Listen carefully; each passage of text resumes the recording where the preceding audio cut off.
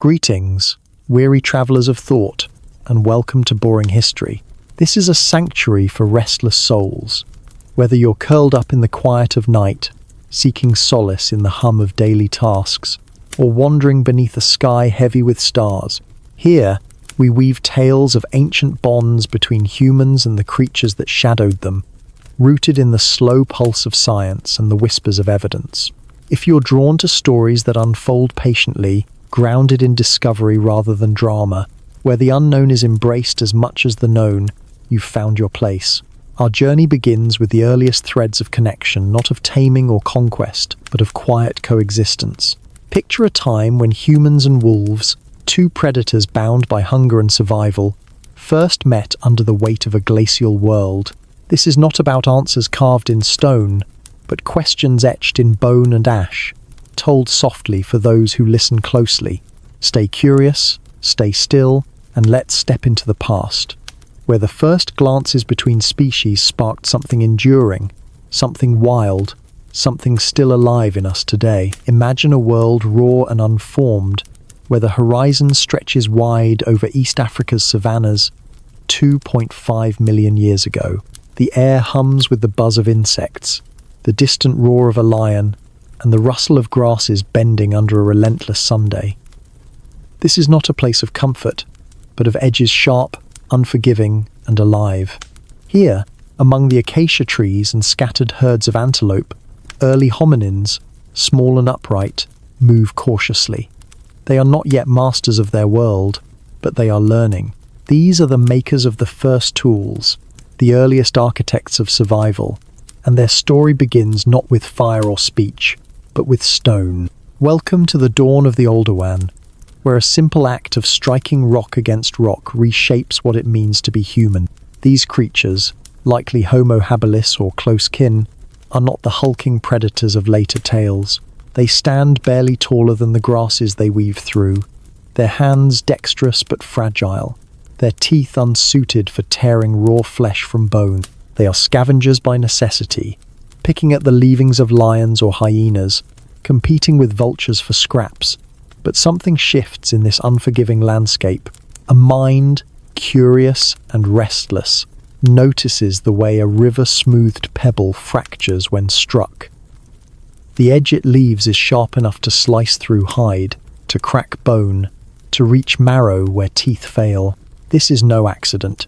It is the beginning of intent, the first whisper of a revolution that will echo across millennia. The Older One tools, named for the gorge in Tanzania where their traces were first uncovered, are not elegant. They are crude, jagged, functional. A chopper, a flake, a core of stone bashed until it yields an edge. To modern eyes, they might seem unremarkable, barely distinguishable from the rocks they came from. But to those early hands, they were a revelation. With a chopper, a hominin could strip meat from a carcass before the hyenas closed in. With a flake, they could scrape sinew or pierce tough skin. These were not weapons of conquest, but tools of survival, extensions of a body that nature had left underprepared for the savanna's demands. Picture a dry season, the ground cracked, the rivers low. A group of hominins crouches near a fallen gazelle, its body already picked over by larger predators. The air smells of dust and blood. A female, her fingers calloused from foraging, grips a fist-sized stone. She has seen this before, others in her band striking rocks to free sharp fragments. She mimics them, her movements deliberate, striking one stone against another until a flake chips free, its edge glinting in the sunlight. She tests it against the gazelle's hide, slicing through to the muscle beneath. The others watch, learn, repeat. This is not invention in the way we might imagine it. Not a single eureka moment, but a slow accumulation of knowledge, passed through watching, through doing, through surviving. The archaeological record speaks softly here. At sites like Olduvai Gorge, Lokalale in Kenya, and Gona in Ethiopia, stones lie scattered in ancient sediment, their edges worn from use, their patterns too purposeful to be random. These are not natural fractures. Taphonomy, the study of how things become buried, tells us these stones were carried, struck, used, and discarded in ways that suggest planning. Some sites show clusters of tools near animal bones, the bones themselves bearing cut marks that match the edges of older one flakes. These marks are not the ragged tears of carnivore teeth, but the clean incisions of stone. Hominins were not just scavenging, they were processing, claiming what the savannah offered before it was stolen away. But this is not a story of triumph, it is one of persistence. The savannah was no gentle cradle. It teemed with threats, leopards stalking in the dusk, hyenas circling with bone-crushing jaws, and the ever-present hunger that gnawed at every living thing. Homo habilis, with their small frames and modest brains, were not apex predators. They were vulnerable, their survival a daily negotiation with a world that did not care. The tools gave them an edge, but only just. A chopper could cut meat, but it could not kill a lion. A flake could open bone, but it could not stop disease. Yet, in these small acts of defiance, something profound was taking shape. The act of making a tool was not just about food, it was about agency, about bending the world to fit a need. Consider the effort it took. To make an older one tool, a hominin had to select the right stone, not too soft, not too brittle. Basalt, chert, or quartzite, carried sometimes kilometers from riverbeds or outcrops. They had to understand the stone's structure, to strike it at the right angle, with the right force. This was not instinct, it was cognition, however rudimentary. Experiments by modern archaeologists show that crafting older one tools requires not just strength but foresight, an ability to visualize the outcome of each strike. A single flake might take minutes to produce, a chopper hours. And these tools were not used once and discarded. Some were carried, reused, sharpened again. This was a relationship with the material world, one that demanded memory and intention. The sites themselves tell a story of community. At Lokalale 2C in Kenya, archaeologists found a scatter of over 2,000 stone fragments, evidence of a workshop where multiple hominins worked together. The stones were not randomly broken. They show consistent techniques, suggesting shared knowledge. One individual might strike a core to produce flakes. Another might use those flakes to butcher a kill. The efficiency of this process hints at cooperation, perhaps even a division of tasks. These were not solitary acts. They were social, binding the group through shared labor, shared meals, shared survival. What did this mean for their diet? The cut marks on bones at sites like Gona and Buri show hominins accessing marrow and flesh from animals as large as hippos or as small as antelopes. Marrow, rich in fat, was a caloric jackpot in a world where starvation was a constant shadow. Meat, even scavenged, provided protein that fueled growing brains. Some researchers argue this dietary shift was pivotal, allowing hominins to move beyond the plant-based diets of their Australopithecine ancestors. Others caution that plants, tubers, fruits, seeds remained critical, with tools aiding in their processing too. Either way, the old Owen toolkit expanded what was possible, turning scavengers into opportunists, survivors into strategists. But the tools were not just about food, they were about time. With a stone flake, a hominin could butcher a carcass faster, leaving more time to hide from predators or gather other resources. Time to sit together, to watch the horizon, to pass a tool from one hand to another. This is where the seeds of culture begin, not in grand rituals, but in the quiet moments of shared purpose.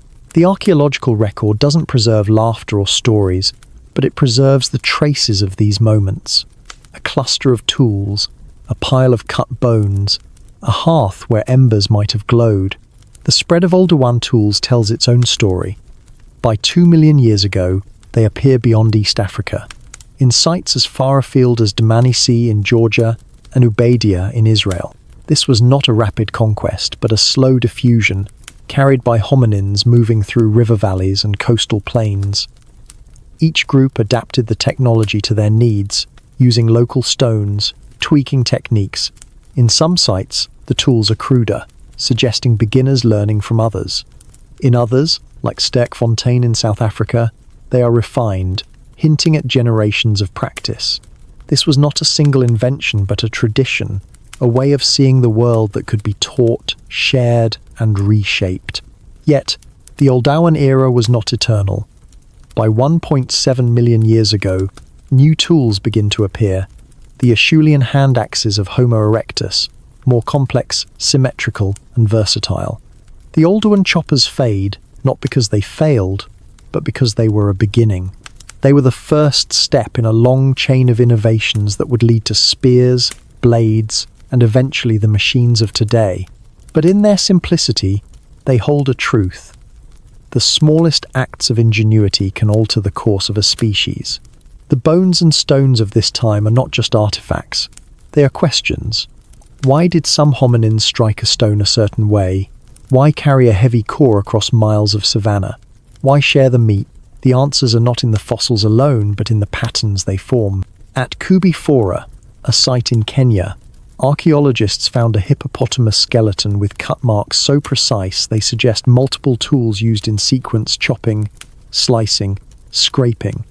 This was not random, it was systematic, a process refined over generations. It speaks of minds that could plan, that could see beyond the immediate, that could imagine a tool before it existed. The savannah itself was a crucible. Its open spaces forced hominins to cooperate, to communicate in ways their forest-dwelling ancestors never needed. A glance, a gesture, a shared tool, these were the threads of a social fabric that held groups together. The Oldowan tools were not just for cutting meat. They were for cutting through the barriers of a hostile world. They made survival less a matter of chance and more a matter of choice. There is a humility in this story. We cannot know the names of these toolmakers, their fears, their joys. We cannot hear the sound of stone striking stone or the chatter of a band sharing a meal, but we can see their legacy in the scatters of flint and bone, in the cut marks that tell of hands long gone.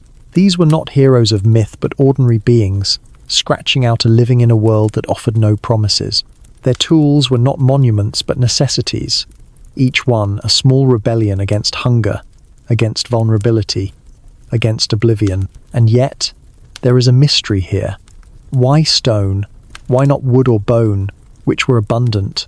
Stone endures, of course, which is why we find it.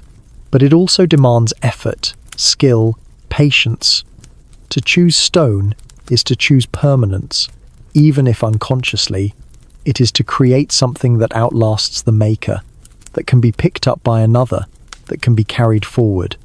In this choice, we see the first glimmers of a legacy, not just of survival, but of something more, a way of being that would shape every human story to come.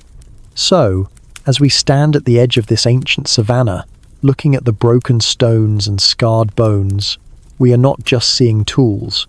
We are seeing the moment when a species began to rewrite its own fate, not with words or laws, but with the simple, stubborn act of making something useful.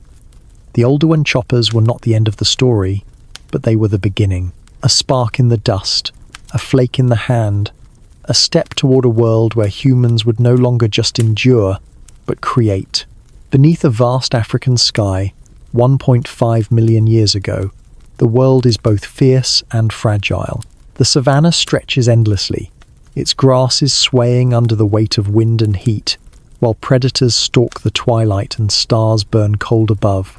In this unforgiving landscape, a new force flickers into being, not the roar of a beast or the crack of stone, but the quiet, radiant glow of fire. This is no mere tool. It is a revolution, a defiant spark that reshapes the lives of Homo erectus, those upright wanderers who dare to claim the night. Fire is not just warmth. It is a gathering place, a shield against the dark, a catalyst for change that will simmer in their bones and echo through their descendants. Welcome to the era when flames first danced for humankind, transforming hunger, fear, and solitude into something shared, something sacred. Homo erectus, with their longer strides and sharper minds, are not the tentative scavengers of earlier times. They are hunters, tool makers, travelers who have spread from Africa's cradle to the steppes of Asia and the valleys of Europe. Their Acheulean hand axes, symmetrical and honed, speak of skill and purpose. Yet, The savanna remains a crucible of survival, where cold nights bite as fiercely as any predator, and raw meat demands teeth they do not have. Into this world, fire arrives not as a sudden gift from the heavens, but as a slow, hard-won mastery, born of observation and courage. A lightning strike, a smouldering tree, a spark caught in dry grass. These are the fleeting chances that Homo erectus learns to seize, to nurture, to control. The evidence lies buried in ancient hearths, scattered across sites like Kubi Fora in Kenya and Swartkrans in South Africa. Charred bones, ash-stained earth, and reddened sediment whisper of flames tended with care. At Wonderwork Cave, deep in South Africa's heart, archaeologists uncover traces of fire dating to 1 million years ago, burned grass, wood ash, and bones fused by heat. These are not the random scars of wildfire, but the deliberate marks of a species that has learned to cradle embers, to feed them, to make them their own. The science of taphonomy tells us these fires were no accident. The bones bear cut marks before burning, suggesting meat was butchered, then cooked. The ash is layered, not scattered, hinting at hearths maintained over days, perhaps weeks. Picture a dusk settling over the savanna, the air sharp with the chill of a dry season. A band of Homo erectus gathers near a low outcrop, their silhouettes hunched against the fading light. One of them, a young male with calloused hands, kneels beside a pile of twigs and dry leaves. He has seen fire before, perhaps a burning thicket after a storm, and has learned to carry its embers in a hollowed gourd, wrapped in moss to keep the spark alive.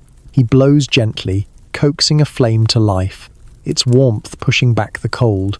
The others draw near, their faces lit by the glow, their eyes reflecting something new, not just fear of the dark, but defiance. This fire is theirs, a fragile ally in a world that offers none. Fire changes everything. First, it is warmth, a shield against nights that once forced the band to huddle in caves or climb trees for safety. Predators, leopards, hyenas shy away from the flickering light, their eyes glinting at the edge of its reach.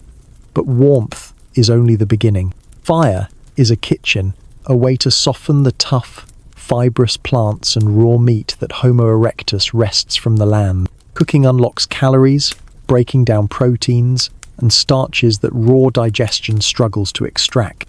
A roasted tuber, charred antelope, or softened roots become more than sustenance. They are fuel for bodies and brains growing ever more demanding. Bioarchaeologists note that Homo erectus skulls show larger brain cavities than their predecessors, a growth that some tie to the richer diets fire enables. A single cooked meal could yield energy that raw food could not, freeing time and strength for other tasks. But fire's true power is not in the body alone, it is in the mind, in the bonds it forges. Imagine that band again, now sitting in a circle around the flames. The night presses close, but the fire holds it at bay, casting a pool of light where stories begin to take shape. Not stories as we know them, not yet, but gestures, grunts, shared glances that carry meaning. A hunter points to the sky, mimicking the arc of a spear throw. A woman passes a roasted bone, her fingers brushing another's in a moment of trust. The fire is a stage, a place where the band becomes more than individuals. It is where cooperation deepens, where knowledge is shared not through words, but through the act of being together. Anthropologists call this the social brain hypothesis, the idea that larger brains evolved not just for survival, but for the complexity of living in groups. Fire, with its demand for shared tending and its gift of shared meals, is the crucible where these bonds are forged. The archaeological record is subtle but insistent. At Gesher Beno Yaakov in Israel, dated to 790,000 years ago, hearths are arranged in clusters, suggesting repeated use. A camp returned to season after season. Burned seeds, wood, and flint fragments lie alongside fish bones, evidence of meals that went beyond meat. Fire allowed Homo erectus to exploit new foods, fish, plants, even small game that raw diets overlooked. At Zhoukoudian in China, a cave used 700,000 to 400,000 years ago, Piles of ash and charred bones paint a picture of a hearth-centered life. These were not fleeting campfires, but anchors, places where groups lingered, cooked, and connected. The repetition of hearths across sites speaks of ritual, not in a spiritual sense, but in the rhythm of daily life. Gather wood, tend the flame, share the food. Fire demanded skill. To keep it alive, Homo erectus had to understand fuel-dry wood burns hot, green wood smoulders. They had to carry embers across long treks, perhaps in containers of hide or clay, a task requiring foresight and care. Modern experiments show that maintaining a fire is no small feat. It requires constant attention, a knowledge of seasons and landscapes. A fire left untended dies, and with it, the warmth and safety it provides. This was a technology of patience, of planning, of trust in the group. One person might gather kindling, another guard the embers, a third prepare the meal. These acts wove the band together, each member's survival tied to the others. The impact on diet was profound. Cooking not only made food more digestible but safer, killing parasites and bacteria that raw meat harbored. It extended the range of what could be eaten: tough roots, fibrous leaves, even bones softened to release marrow. This dietary flexibility allowed Homo erectus to thrive in diverse environments, from the humid forests of Java to the arid plains of the Levant. Some researchers argue that cooking drove evolutionary changes: smaller teeth, shorter guts, larger brains. Others caution that fire's use was sporadic at first, not universal, and that raw foods remained vital. Yet the evidence is clear. Where fire burned, life changed. Bones at Kisem Cave in Israel, 400,000 years old, show cut marks followed by burn marks, a sequence that suggests deliberate roasting. These were meals planned, not scavenged. Fire also reshaped time.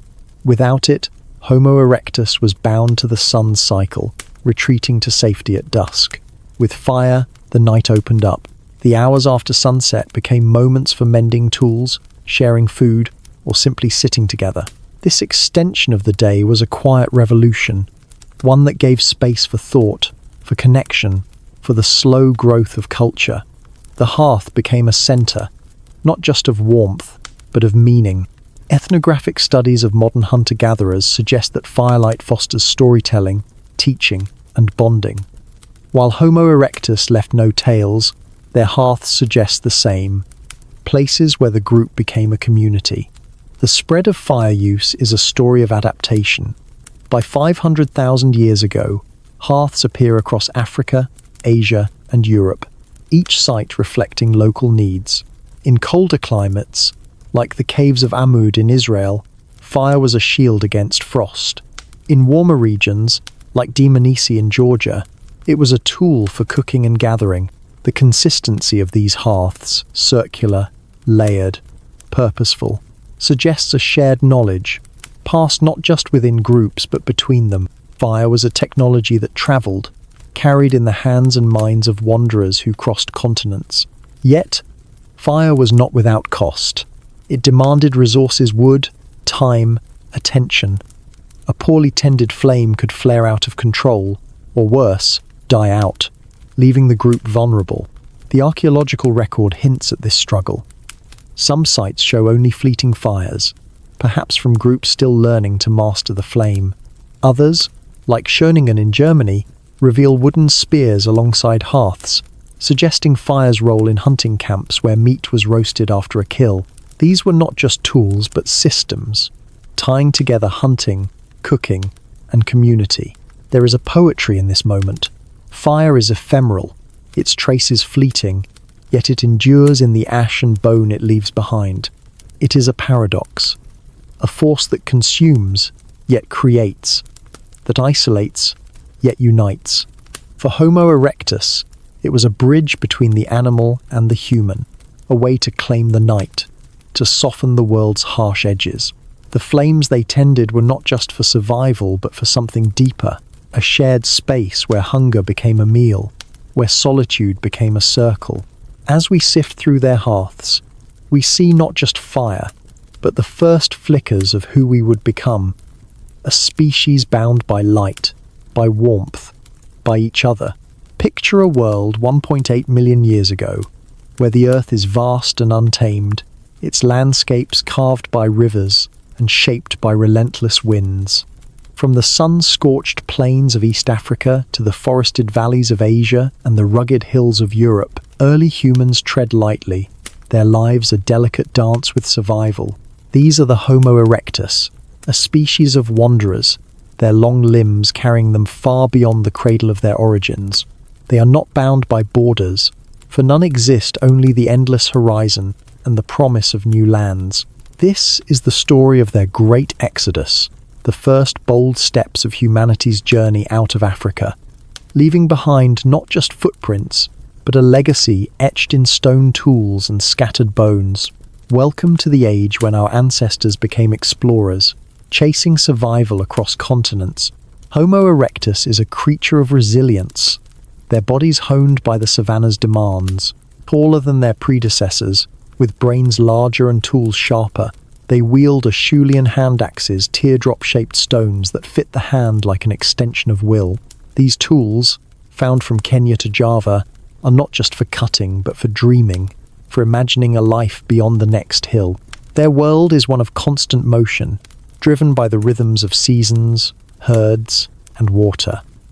Yet something stirs within them, a restless curiosity, a need to move, to see what lies beyond the familiar. This is no random wandering. It is a migration, slow and deliberate, that will carry them across the globe, reshaping their destiny and the world's. The archaeological record tells of this journey in fragments. At Dmanisi, in what is now Georgia, fossils of Homo erectus dated to 1.8 million years ago lie alongside stone tools, the earliest evidence of humans outside Africa. These are not solitary travelers, but small bands, perhaps families, moving together. The skulls at Dmanisi show variation old and young, robust and frail, suggesting groups that cared for one another, sharing burdens across generations. The tools, simple yet effective, mirror those found in Africa's Olduvai Gorge, hinting at a knowledge carried across vast distances. Further east, in Java's Sangiran site, fossils from 1.6 million years ago reveal Homo erectus adapting to tropical forests, their bones mingling with those of extinct elephants and tigers. In Israel's Ubeidiya, dated to 1.4 million years ago, hand axes and animal bones speak of lakeside camps where migrants hunted and rested.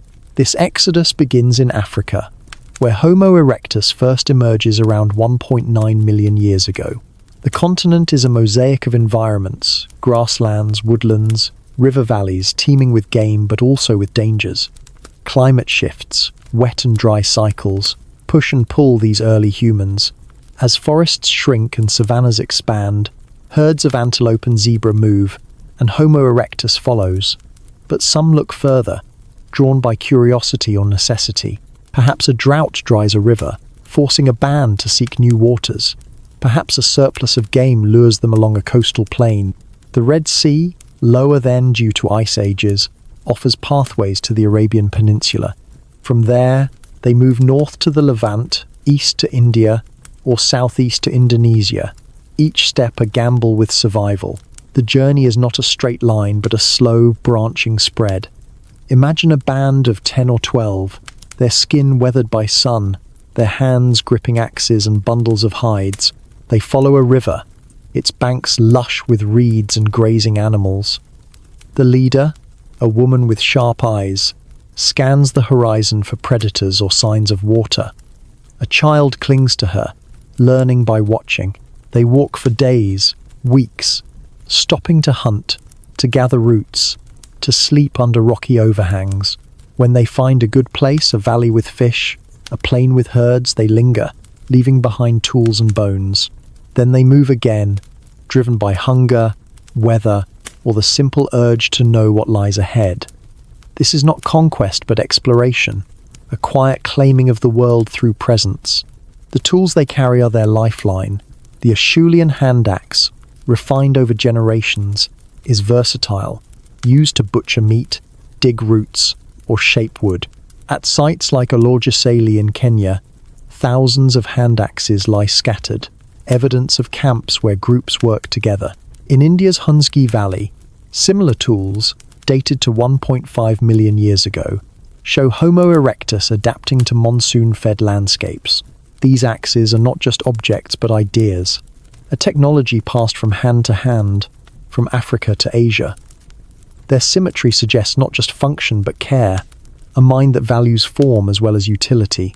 Some axes, too large for practical use, hint at something more status, ritual, or simply the joy of creation. The landscapes they traverse shape their lives. In the Levant, at Gesher Beno Yaakov, Homo erectus camps by a lake, exploiting fish and plants alongside game. The site, dated to 790,000 years ago, shows evidence of fire, suggesting they cooked their catches, softening bones and roots. In China's Nihiwan Basin, 1.4 million years ago, they hunt in colder climates, their tools found among horse and deer bones. In Java, they navigate jungles, adapting to humid air and dense vegetation. Each environment demands new skills, new ways of seeing. They learn to read the tracks of unfamiliar animals, to find water in arid lands, to shelter from rains or frost. Their bodies adapt to longer legs for walking, stronger jaws for varied diets, brains that grow to meet the challenges of new worlds. The archaeological record is not just bones and stones, but a map of encounters. At Dmanisi, Homo erectus shares the landscape with saber-toothed cats and giant hyenas, their bones mingling in the same sediments. In Europe, at Atapuerca, early humans faced bears and wolves, their tools suggesting hunts that required cooperation. These migrations are not solitary ventures. Bands move together, perhaps splitting and rejoining, sharing knowledge of routes and resources. The fossils at Dmanisi include a toothless elder, cared for despite their inability to chew, a sign of compassion that binds the group. This is not just survival but society, a network of trust that makes the journey possible. What drives them? Hunger, certainly following herds or seeking new foraging grounds. Climate too plays a role. Ice ages lock water in glaciers, lowering sea levels and exposing land bridges. The Sunda Shelf, connecting Indonesia's islands, becomes a pathway. The Sinai Peninsula opens routes to Asia. But there is something else, less tangible. A spark of curiosity, a refusal to stay still. Modern studies of human migration suggest a mix of push and pull. Scarcity drives them out, but opportunity draws them forward. A river valley lush with game, a coast rich with shellfish, a forest heavy with fruit. These are not just resources but invitations, luring Homo erectus into the unknown. The journey is perilous. Not all survive. Some bands vanish, their bones lost to time. Others thrive, leaving traces that endure. At Trinil in Java, a Homo erectus femur, dated to 1.5 million years ago, shows signs of healing from a break, evidence of care within the group. In Spain's Grandolina, fossils suggest cannibalism, perhaps a desperate act in lean times. These are not tales of heroism but of endurance, of groups facing starvation, predators, or disease, yet pressing on. The tools they leave behind, axes, scrapers, choppers, are not just for survival but for resilience, a way to carve a place in a world that offers no guarantees. The spread of Homo erectus reshapes the world. In Africa, they coexist with other hominins, perhaps Australopithecines, their paths crossing in shared landscapes. In Asia, they encounter megafauna, giant deer, rhinos, elephants, learning to hunt or scavenge in new ways. In Europe, they face colder climates, their tools found in caves alongside hearths. Each region leaves its mark on them, and they on it. At Boxgrove in England, 500,000 years ago, hand axes and horse bones suggest organized hunts, entire groups working to bring down large prey. This is not just migration but adaptation, a species learning to belong wherever it goes. The genetic legacy of this exodus is subtle but profound. Modern DNA studies show traces of ancient migrations in our genes, though Homo erectus itself leaves no direct descendants. Their journey sets the stage for later waves: Homo heidelbergensis, Neanderthals, Sapiens, each building on the paths they forged. The tools, too, evolve. The Acheulean tradition persists for over 1 million years. Its hand axes found from South Africa to Britain. But by 700,000 years ago, new techniques emerge, hinting at innovations born of new lands and needs. There is a quiet beauty in this story. Homo erectus does not conquer, they explore. They do not build empires, they build camps. Their legacy is not in monuments, but in the scatter of stones across continents, each one a testament to a journey taken, a risk embraced. The archaeological record is sparse, yet it speaks of purpose: a band moving through a valley, a tool sharpened by a river, a child learning to walk in a new land. These are the threads of humanity's first great adventure, woven not in words, but in action. As we trace their steps, we see not just movement, but meaning. The migration out of Africa is not a single event, but a process, spanning generations, driven by survival and shaped by wonder. Each site, Dmanisi, Ubaidiya, Sangiran, is a chapter in a story without end, a story of a species that refused to stay still. Homo erectus carried more than tools. They carried a vision of the world as a place to be explored, to be lived in, to be shared.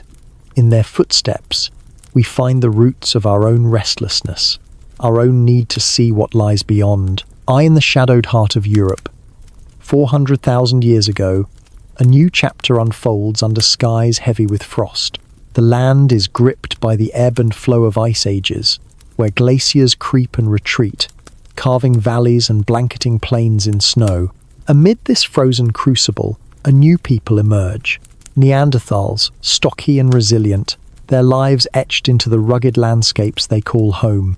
They are not mere survivors, but architects of endurance, crafting tools with precision and hunting in packs to bring down beasts that dwarf them.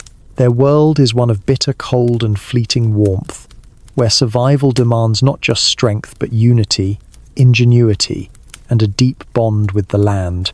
Welcome to the rise of the Neanderthals, whose legacy whispers through the stones they shaped and the hearths they kept alive. Neanderthals, descendants of earlier hominins like Homo heidelbergensis, are molded by Europe's unforgiving climate. Their bodies tell the story: broad shoulders, barrel chests, and thick bones built to conserve heat in glacial winters. Their skulls house brains as large as, or larger than those of modern humans, with heavy brow ridges and wide noses suited for cold, dry air. They are not the brutish figures of old myths, but skilled adapters. Their lives are testament to a world where survival is a collective art.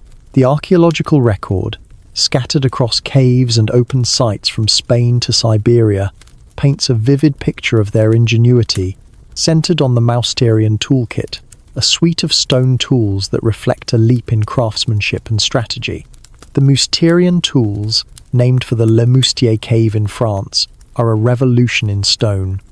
Unlike the broad hand axes of Homo erectus, these are smaller, more varied: points, scrapers, and knives, flaked with a technique called l'évalué that allows precise control over shape and edge.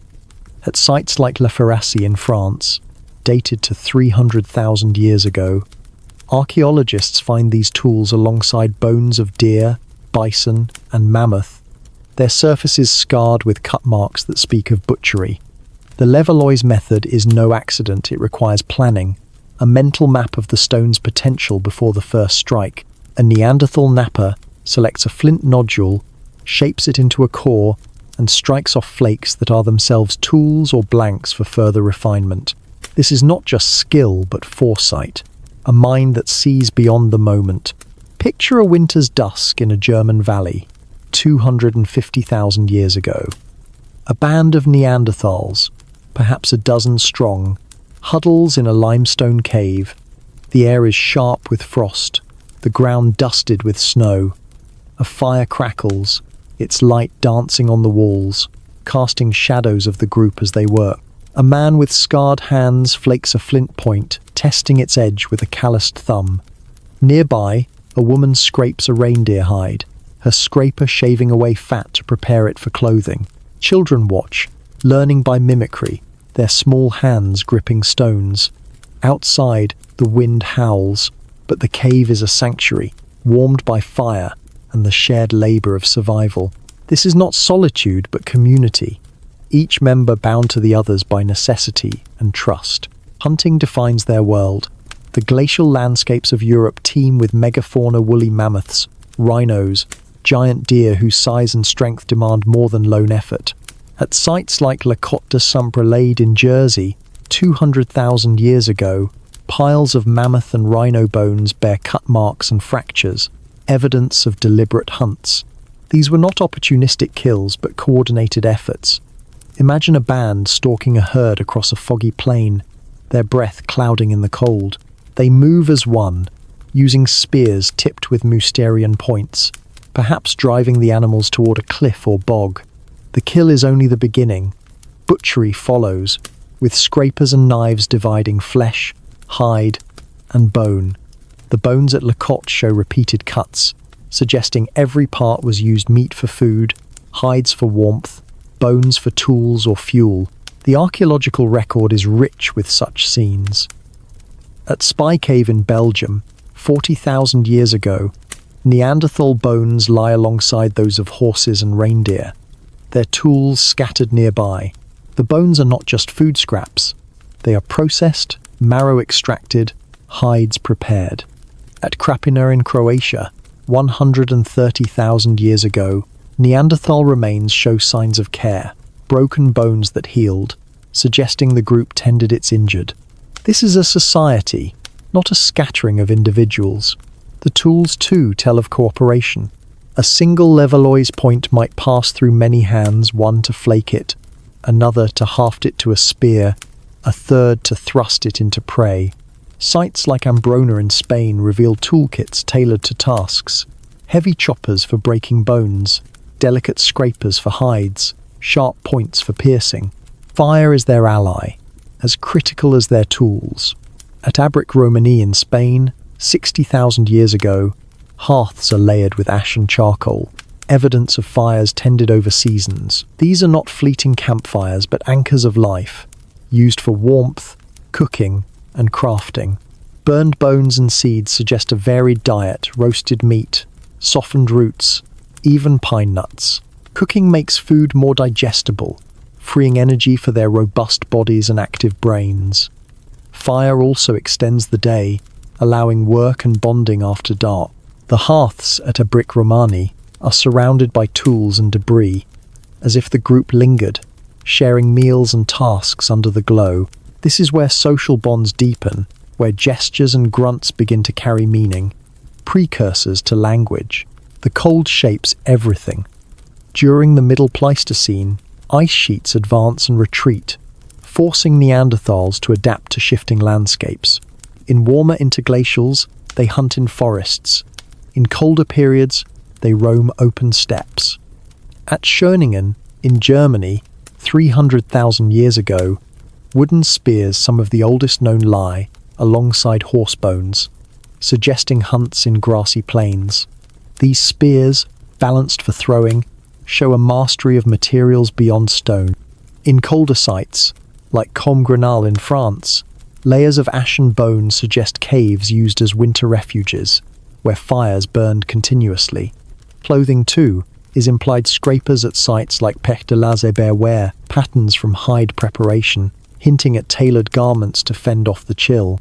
Neanderthals are not just hunters but foragers, their diet broad and resourceful. At Vanguard Cave in Gibraltar, 50,000 years ago, mussel shells and seal bones show they exploited coastal resources. Roasted pine nuts and plant remains suggest a knowledge of seasonal cycles. This flexibility is key. When game is scarce, they turn to plants or shellfish.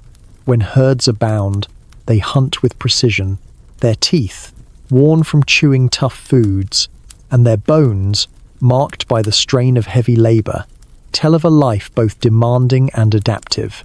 Stable isotope analysis of their remains reveals a diet high in protein, but also varied plants, small game, and marine foods supplementing large kills. Their social world is complex. At Cima de los Huesos, in Spain, 430,000 years ago, a pit of Neanderthal-like bones, dozens of individuals, suggests intentional deposition, perhaps a burial. The presence of a single, unused hand axe, dubbed Excalibur, hints at ritual or symbolism, a gesture beyond utility.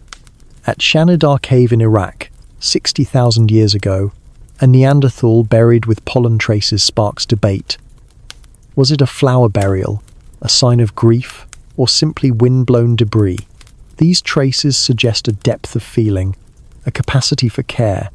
Injured individuals, like the deaf one-armed Neanderthal at Shanidar, lived long enough to heal, implying others provided food and protection. This is not just survival, but empathy, a society that values its own. The Mousterian toolkit evolves with them.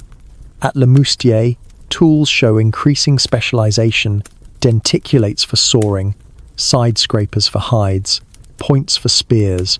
Some are hafted, bound to wooden handles with resin or sinew, a leap in technology that requires planning and materials.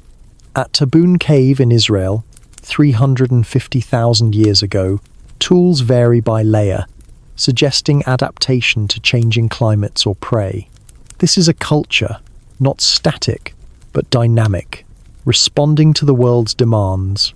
The tools spread across Europe, the Levant, and Central Asia, carried by Neanderthals or their kin, linking distant groups through shared techniques.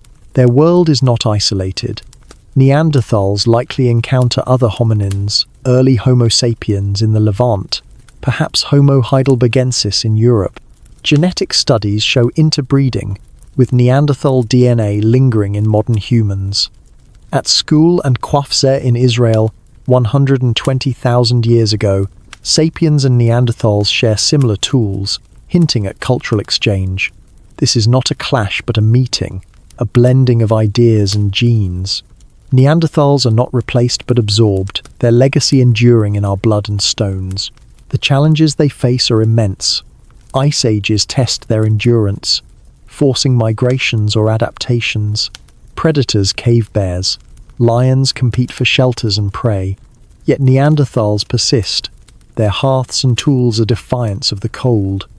At La Quina, in France, 70,000 years ago, a hyena den yields Neanderthal tools, suggesting they drove off rivals to claim the space. Their resilience is not just physical but mental, a capacity to learn, to plan, to remember. A Levallois point, flaked with care, is a map of thought, each strike a decision. There is a quiet poetry in their story.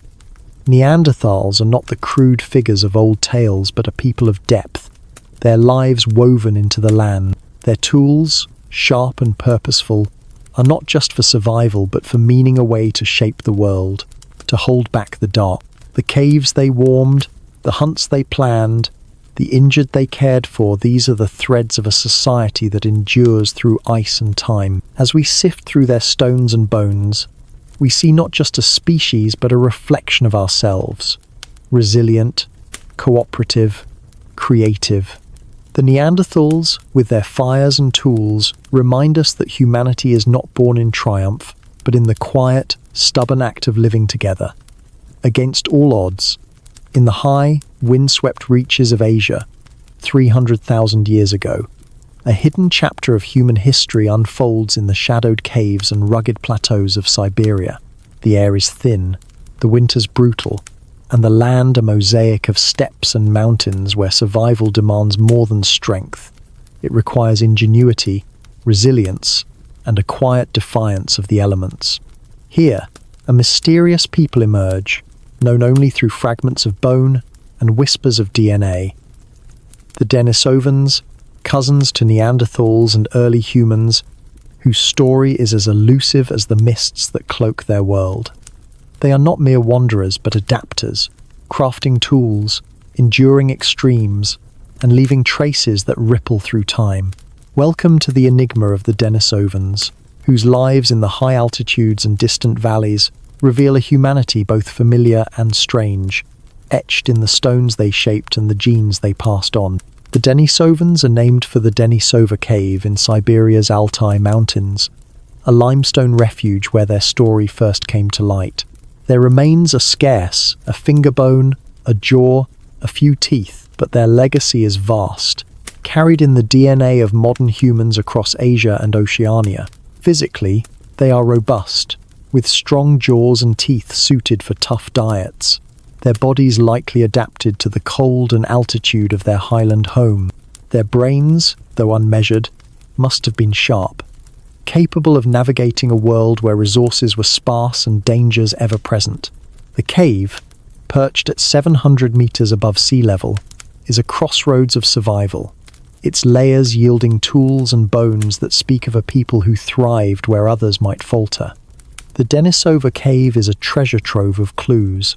Dated to 300,000 years ago, its sediments hold stone tools, scrapers, points, and blades, crafted with a precision that echoes the Neanderthal Mousterian tradition, but carries its own distinct flair.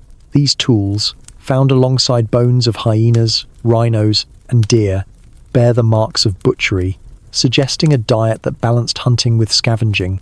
The cave's layers, spanning warm interglacials and icy periods, show Denisovans returning season after season, their fires leaving ash and charred bones. At nearby sites, like Ust Ishim, a 45,000-year-old human femur, carries Denisovan DNA, hinting at their wide range across Asia's vast steppes. This was no fleeting presence, but a deep-rooted adaptation to a challenging world. Imagine a dawn in the Altai, the sky streaked with pink, the ground dusted with frost. A band of Denisovans, perhaps 10 strong, moves through a valley, their breath clouding in the chill.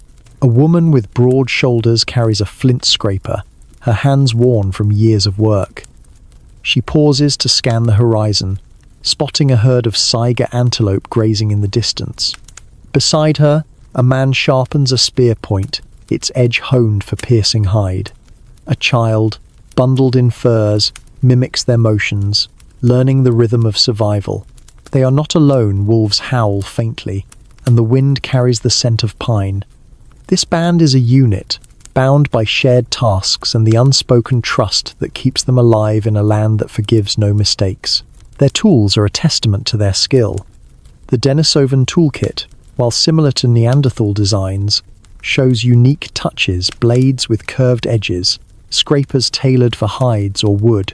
At Denisova Cave, archaeologists find a polished bone needle, dated to 50,000 years ago, its delicate point suggesting sewn clothing or bags, a necessity in the Altai's bitter winters. Other finds a bracelet of green chlorite, a bead of ostrich eggshell, hint at more than utility. These objects, rare and finely made, suggest adornment, perhaps a sense of identity or beauty. The tools are not just for survival, but for living, for marking a presence in a world that erases the careless. The Levallois-like techniques in their flintwork show planning, each strike calculated to yield a specific shape, a process that demands patience and foresight. Hunting in this landscape is no solitary act. The Altai teems with game mammoths, bison, horses, but also with predators like cave lions and bears. At Denisova, bones of large animals bear cut marks, some cracked for marrow, others burned from roasting. These were not chance kills but planned hunts, likely requiring groups to work in concert.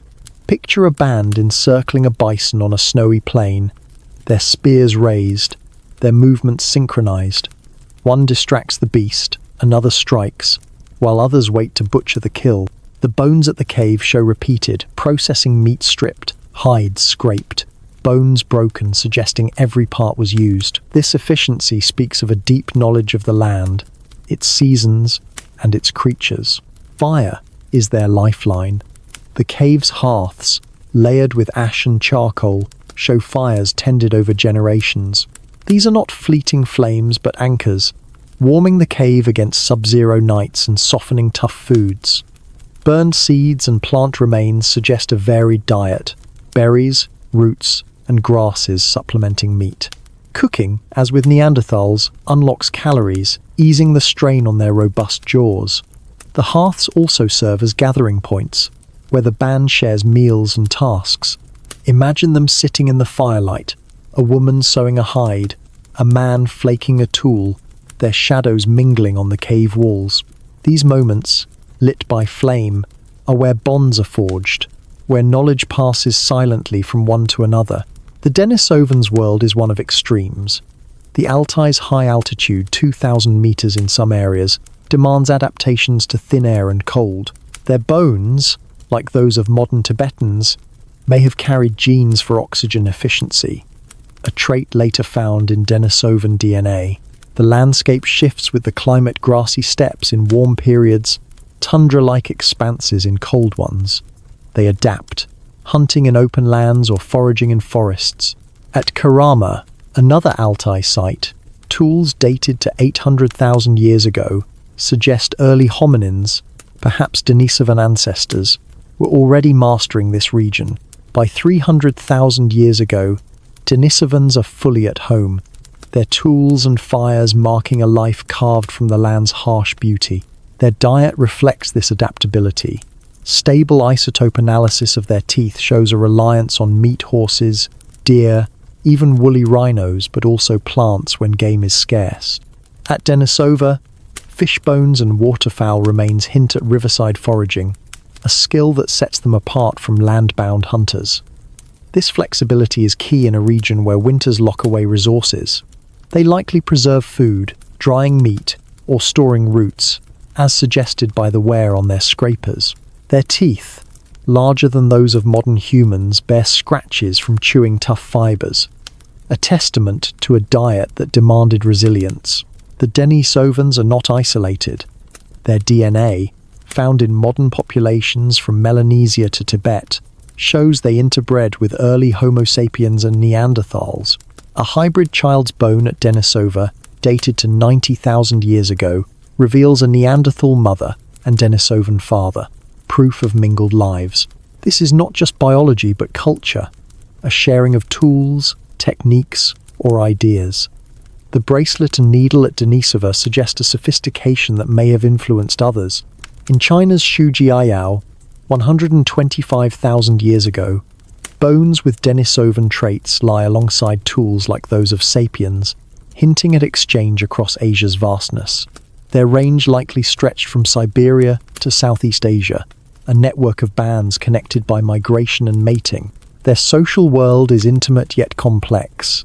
The cave's small size suggests tight-knit groups, perhaps families, sharing space and tasks. The care implied by the needle and bracelet points to roles, some crafting, others hunting, all contributing. At Denisova, a child's tooth and an adult's jaw lie in the same layer, suggesting generations live together. The hybrid child speaks of openness, of bonds formed across differences. These are not solitary nomads, but a community, their survival tied to cooperation. The tools, varied and specialized, imply shared knowledge. One naps a blade, another hunts, a third sews. This division of labor strengthens the group, each member a thread in a resilient web. The challenges are relentless. The Altai's winters are unforgiving, with temperatures plunging below freezing. Predators compete for caves and prey, and resources dwindle in cold months. Yet Denisovans endure. Their fires and tools are bulwark against the elements.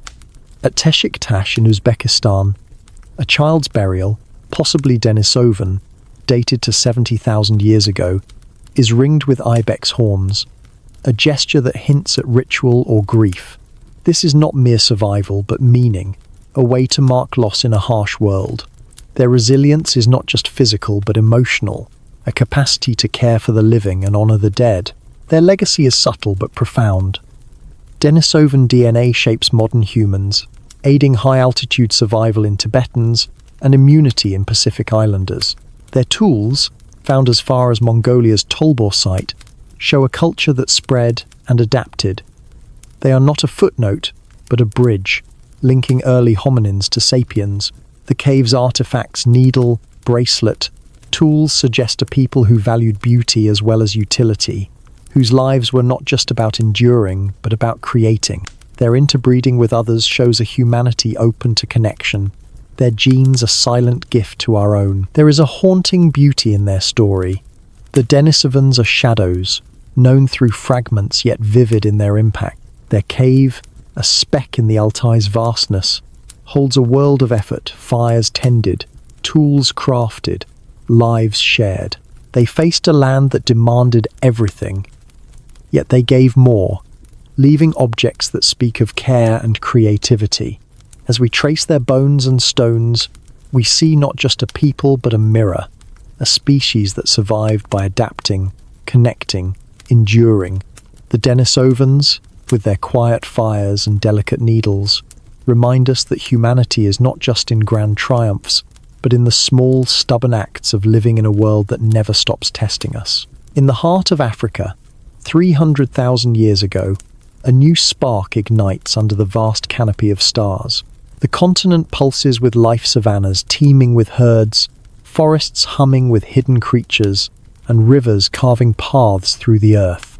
Here, amid this vibrant mosaic, a new species steps into being. Homo sapiens, our own kind, born from the crucible of a land both generous and unyielding. They are not yet the world shapers of later ages, but their minds flicker with potential curiosity, creativity, and a capacity for meaning that will redefine what it means to be human. Their earliest traces, scattered across caves and open plains, reveal a people weaving the first threads of art, ritual, and connection. Welcome to the dawn of Sapiens, where the roots of our humanity take hold in Africa's ancient soil.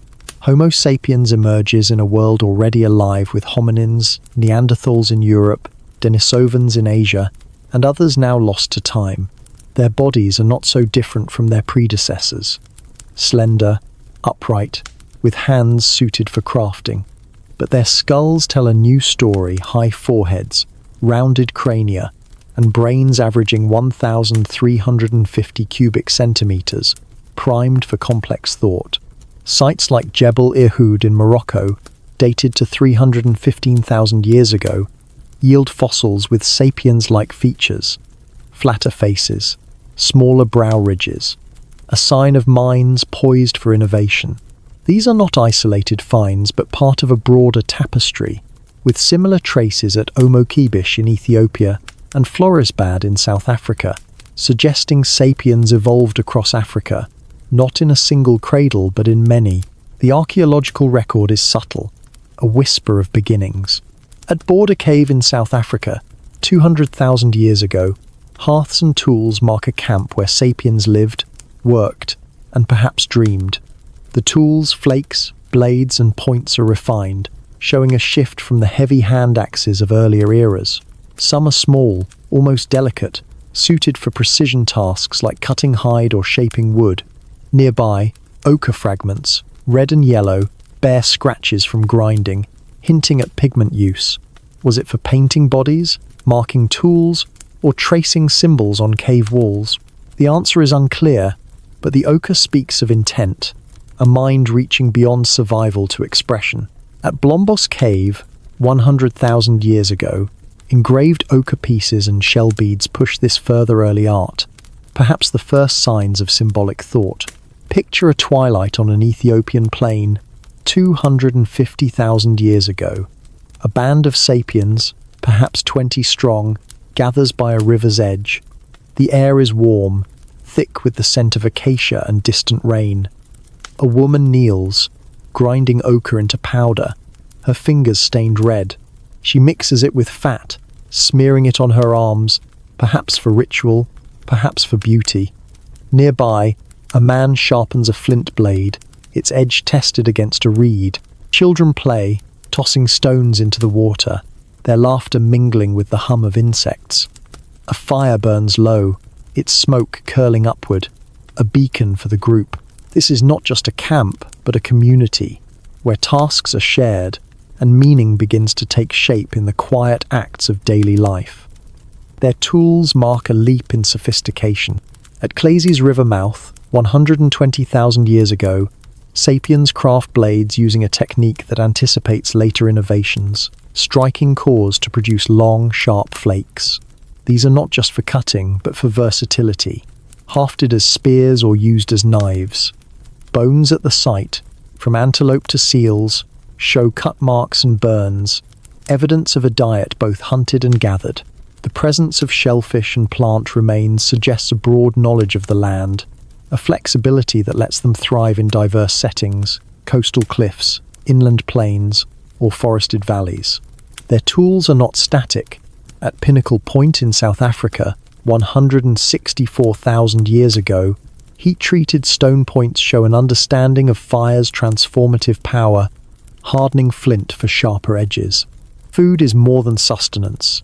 It is a bond. The hearths at Border Cave are surrounded by charred bones and seeds, suggesting meals shared in the firelight. Cooking, as with earlier hominins, unlocks nutrients, but for sapiens, it is also social. Imagine the band gathered, passing roasted roots or strips of meat, their hands brushing in trust. The act of sharing food strengthens ties, turning a group into a family.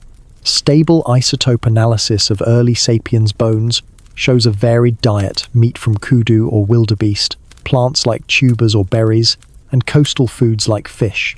This adaptability is key, allowing sapiens to weather Africa's shifting climates, from wet savannas to arid stretches. Their world is rich but perilous. Lions and hyenas stalk the same game, and droughts can dry rivers overnight. Yet sapiens meet these challenges with ingenuity. At Sibudu Cave, 70,000 years ago, bedding made of grass and leaves shows a care for comfort, layered with herbs that may have repelled insects. Traps and snares, implied by toolware, suggest they hunted small game with strategy, not just strength. Their weapons, spears, perhaps early bows, require planning and skill. At Pinnacle Point, microliths, tiny stone points, hint at composite tools, where small blades are set into wood or bone, a precursor to later technologies. These are not just tools, but ideas, a way to bend the world to their needs. The first glimmers of symbolism set sapiens apart. At Blombos, the engraved ochre is not random but patterned, lines etched with purpose. The shell beads, pierced and strung, suggest adornment, perhaps marking status or identity. These are not mere decorations, but signs of a mind that sees meaning in marks, in objects, in itself. At Diepkloof Rock Shelter, 60,000 years ago, ostrich eggshells bear geometric engravings, containers for water or food turned into canvases. This is art, however nascent, a step toward the cave paintings of later millennia. It suggests sapiens are not just surviving but reflecting, creating a world within the world. Ritual, too, begins to emerge. At Herto in Ethiopia, 160,000 years ago, sapiens' skulls show cut marks, not from violence but from careful defleshing, perhaps a burial practice.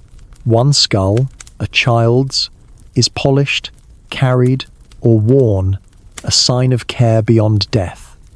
Was it grief, reverence, or a way to keep the dead close? The stones are silent, but the act speaks of emotion, of a need to mark life's passage. At Border Cave, a child's burial, dated to 74,000 years ago, lies with a seashell pendant, a gesture that feels intimate, human. These are not grand ceremonies but quiet acts, the roots of belief taking hold in the soil of loss. Their social world is intricate. Bands of sapiens, likely 20 to 50 strong, move with the seasons, following herds or water, but they are not isolated. Tools and materials ochre, shells found far from their sources suggest trade or travel, networks linking distant groups. At Olorgesailie, 200,000 years ago, obsidian tools come from quarries 50 kilometers away, hinting at exchange or long journeys.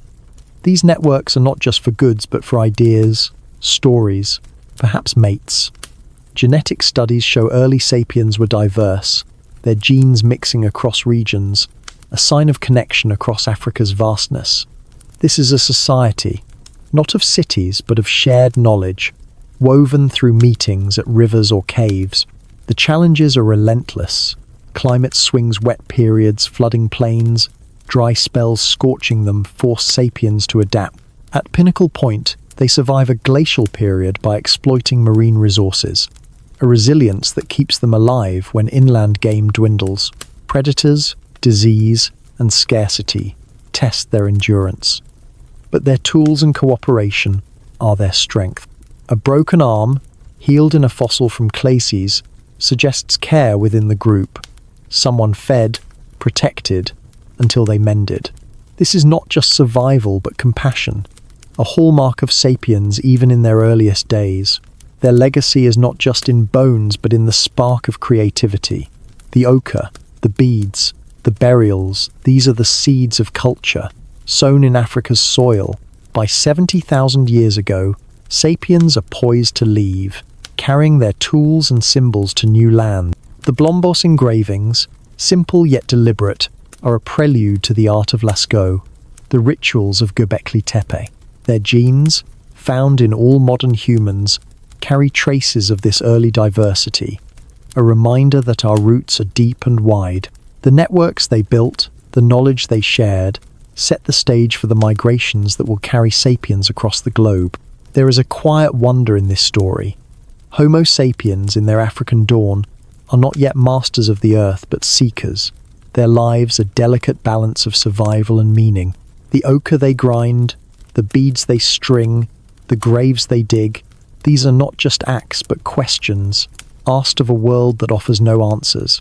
They are the first to paint their lives with purpose, to see themselves in the lines they etch. As we trace their tools and burials, we see not just a species but a mirror, a people who, in the face of a vast and uncaring world, chose to create, to connect, to care. The sapiens of Africa's heart, with their fragile symbols and enduring bonds, are the first whispers of us, reaching across time to remind us who we are. The world 70,000 years ago is a tapestry of contrasts, its landscapes shaped by the restless pulse of ice and Sunday. From Africa's sunlit savannas to the misty coasts of Asia and the rugged hills of Europe, a new chapter of human history begins to unfold. Homo sapiens, born in Africa's embrace, now step beyond its borders, their feet tracing paths across continents in a journey that will redefine their destiny. This is no sudden exodus, but a slow, deliberate spread, driven by curiosity, survival, and the pull of the unknown. They carry not just tools but ideas, weaving connections with the lands and peoples they meet. Welcome to the great dispersal of sapiens, a quiet odyssey that scatters the seeds of humanity across the globe, leaving traces in stone, bone, and the echoes of shared lives. Homo sapiens, with their slender frames and nimble minds, are uniquely equipped for this journey. Their brains, averaging 1,350 cubic centimeters, hum with creativity and foresight, honed by millennia of adapting to Africa's diverse landscapes.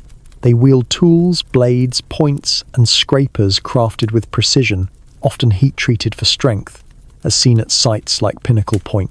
Their social bonds, forged around hearths and hunts, give them resilience, a capacity to cooperate across generations. By 70,000 years ago, climate shifts and population pressures nudged them outward. Lowered sea levels, caused by ice ages locking water in glaciers, exposed land bridges across the Red Sea to Arabia, along the coasts of South Asia, and into the islands of Southeast Asia. This is the beginning of a global story, written in footsteps. The archaeological record captures this migration in fleeting glimpses. At School and Kafzeh in the Levant, dated to 120,000 to 80,000 years ago, sapiens fossils lie alongside tools and shell beads, early signs of their presence outside Africa. These sites, nestled in coastal caves, suggest a route along the shores, where fish and shellfish sustain small bands. In India's Jawalapuram, 74,000 years ago, stone tools mirror African designs, hinting at migrants who carried their traditions across vast distances. In Australia, at Lake Mungo, human remains and hearths dated to 50,000 years ago mark the southernmost reach of this dispersal, proof of sapiens crossing seas, perhaps on simple rafts. Each site is a waypoint, a moment where wanderers pause to live before moving on. Imagine a band of sapiens, 15 strong, moving along a South Asian coast 60,000 years ago. The sun burns low, casting golden light on waves that lap at their feet. A woman with ochre-stained hands leads, her eyes scanning for shellfish beds. A man carries a flint blade, its edge sharp from recent flaking. Children trail behind, learning to spot edible plants or track small game. They camp by a river mouth, their fire a beacon against the night. The tools they use, microliths set into wooden handles, points for spears, are versatile, suited for hunting, fishing, or gathering. Their shelters, likely woven from branches and hides, are temporary, built for a people always on the move. This is not flight but exploration, a journey shaped by the land's rhythms and their own restless hearts. The migration is not a single wave but a series of ripples. Genetic studies reveal multiple dispersals, with sapiens moving through the Levant into Asia and Europe, then later into Australia and beyond. The Toba supereruption, 74,000 years ago, blankets parts of India with ash, yet sapiens at Jawalapuram endure, their tools unchanged, suggesting resilience in crisis. Coastal routes are key shell middens at sites like Claysy's Rivermouth show a reliance on marine foods, a strategy that fuels long journeys. In the Levant, sapiens encounter Neanderthals, their tools and burials at school mirroring Neanderthal practices, hinting at exchange or coexistence. Genetic traces of Neanderthal DNA in modern humans confirm interbreeding, a meeting of minds and bodies in a shared landscape. The tools of this era are a bridge between worlds. At Kafse, sapiens craft Levallois points, sharp and versatile, alongside beads made from seashells, pierced and strung. These are not just tools but symbols, perhaps marking identity or status. In Sri Lanka's Fa Hien cave, 48,000 years ago, microliths and bone tools suggest a rainforest life, with hunters targeting small, agile prey. In Borneo's Naya caves, 46,000 years ago, sapiens leave hearths and animal bones, their tools adapted for jungle survival. These artifacts show a people quick to learn, shaping their technology to fit new environments, coastal cliffs, dense forests, open steppes. The consistency of their toolkits across vast distances speaks of shared knowledge, carried in hands and minds. The landscapes they traverse are as varied as their tools. In Arabia's Dhofar region, 100,000 years ago, sapiens camp by springs, their tools found near dried lake beds, suggesting a greener past. In China's Fuyan cave, 80,000 years ago, human teeth and tools lie among deer and pig bones, evidence of forest hunting. In Europe, at Kostenki, 45,000 years ago, sapiens brave colder climates, their tools and hearths nestled among mammoth bones. Each environment demands new skills, tracking unfamiliar animals, foraging strange plants, or building shelters against rain or frost. Their adaptability is their strength, rooted in a social structure that shares burdens and knowledge. A band might split to hunt, then reunite to share meat. Their fire's a hub for stories and skills. Food is both fuel and ritual. At Blombos Cave, 70,000 years ago, sapiens roast fish and antelope, their hearths surrounded by ochre and tools. Stable isotope analysis of their bones shows a diet rich in protein but also plants, tubers, fruits, grasses gathered with care. Coastal sites yield shellfish, a reliable resource when game is scarce. Cooking transforms tough foods, freeing energy for growing brains. But meals are more than nourishment. They are moments of connection. Imagine a band sharing a roasted hare, their laughter mingling with the crackle of fire. The act of eating together, passing food from hand to hand, binds them, turning strangers into kin. This social glue is critical, sustaining groups through long treks and lean times. The challenges are immense. Predators, lions, leopards, bears stalk the same trails, and climate swings test endurance. The Younger Dryas, a cold snap around 12,000 years ago, comes later, but earlier fluctuations force sapiens to adapt.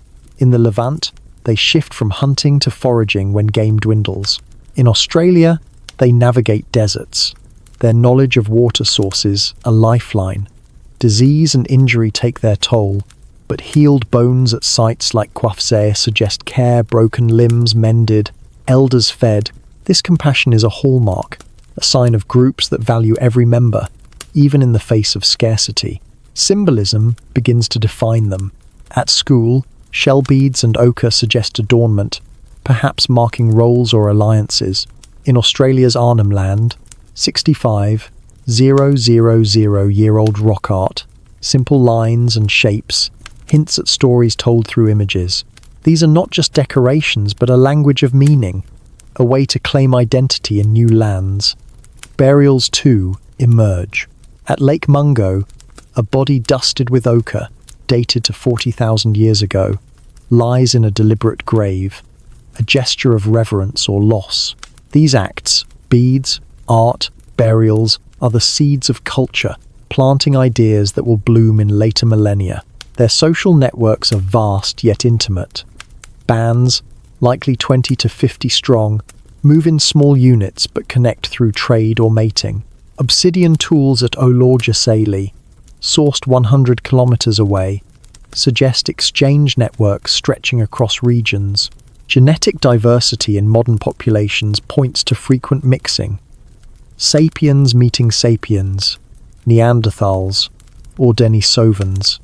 In Melanesia, Denisovan DNA lingers, a legacy of encounters in Asia's jungles. These connections are not just biological but cultural tools, techniques, and stories shared across camps. A bead in one valley might inspire another. A hunting method learned from a stranger. The migration reshapes sapiens as much as the lands they enter. In colder Europe, they develop thicker clothing, implied by hide scrapers at Kostenki. In tropical Asia, they hunt with lightweight spears, suited for agile prey. Their genes adapt to skin tones shift, metabolisms adjust to new diets.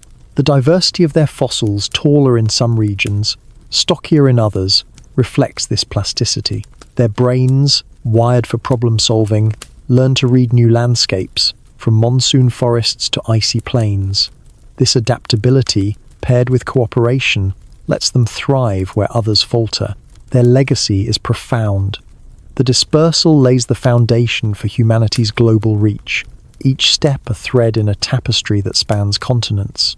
The tools, beads, and burials are not just artifacts but ideas, carried forward to shape art, language, and society.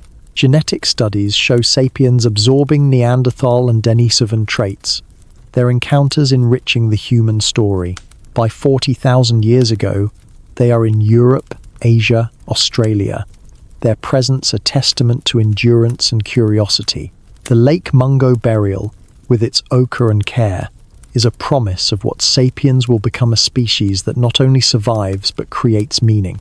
There is a quiet majesty in this journey. Sapiens do not conquer, they explore, their steps tentative yet bold. They carry no banners, only tools and dreams, leaving traces that whisper of their passage. The archaeological record, beads in a cave, a grave by a lake, is a map of their heart, charting a path from Africa to the world.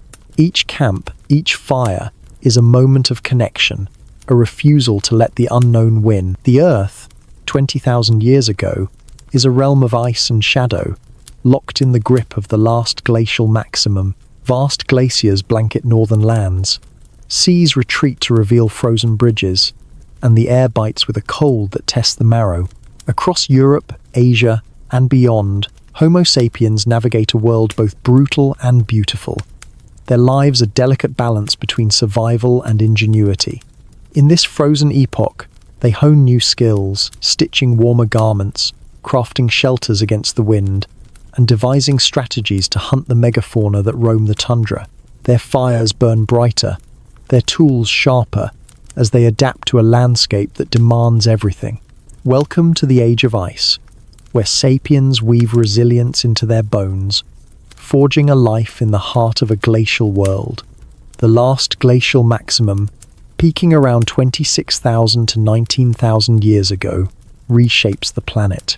Sea levels drop by up to 120 meters, exposing land bridges that link continents Siberia to Alaska, Britain to Europe, Indonesia's islands into a single landmass. In Europe, ice sheets cover Scandinavia and creep south, leaving only southern refuges habitable. In Asia, the Siberian steppes stretch endlessly, cold and dry, while Australia's interior turns arid. Sapiens, now spread across these regions, face a climate that tests their adaptability. Their bodies, lean and versatile, are built for endurance, but it is their minds creative, cooperative, and restless that carve a path through the frost. The archaeological record captures their resilience in vivid detail. At Dolní Věstonice in the Czech Republic, dated to 26,000 years ago, a campsite reveals hearths, tools, and figurines sculpted from clay and bone. The tools, microliths and blades are small, precise, set into wooden handles or spears, designed for efficiency in a resource-scarce world. In Siberia's Yana rhinoceros horn site, 27,000 years ago, sapiens leave ivory points and animal bones, evidence of hunts in a frozen steppe. In Australia's Warratee rock shelter, 18,000 years ago, ochre and tools show a people thriving in a desert fringe. These sites are not just camps, but testaments to a species that bends the harshest conditions to its will. Picture a winter's dawn in a European valley, 22,000 years ago. The ground crunches underfoot, the air sharp with frost. A band of sapiens, perhaps 20 strong, huddles in a shelter of mammoth bones and hides, its frame lashed with sinew. A woman threads a bone needle through reindeer hide, stitching a tunic to ward off the cold. Nearby, a man sharpens a flint spear point, its edge honed for a coming hunt. Children cluster by a fire, their hands warmed by embers as they watch the adults work. The shelter, half buried in snow, is a haven, its warmth a fragile defiance of the ice outside. This is not mere survival, but a crafted life. Each task a thread in a tapestry of endurance. Clothing is a cornerstone of their adaptation. In colder regions, sapiens innovate beyond the simple hides of earlier times. At Sunghir in Russia, 24,000 years ago, burials reveal tunics adorned with thousands of ivory beads, sewn with precision.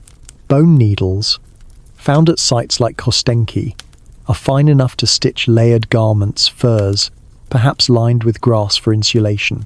These clothes are not just for warmth but for mobility, allowing hunters to stalk prey across snowy plains. Where patterns on needles suggest heavy use, crafting boots, hoods, or gloves.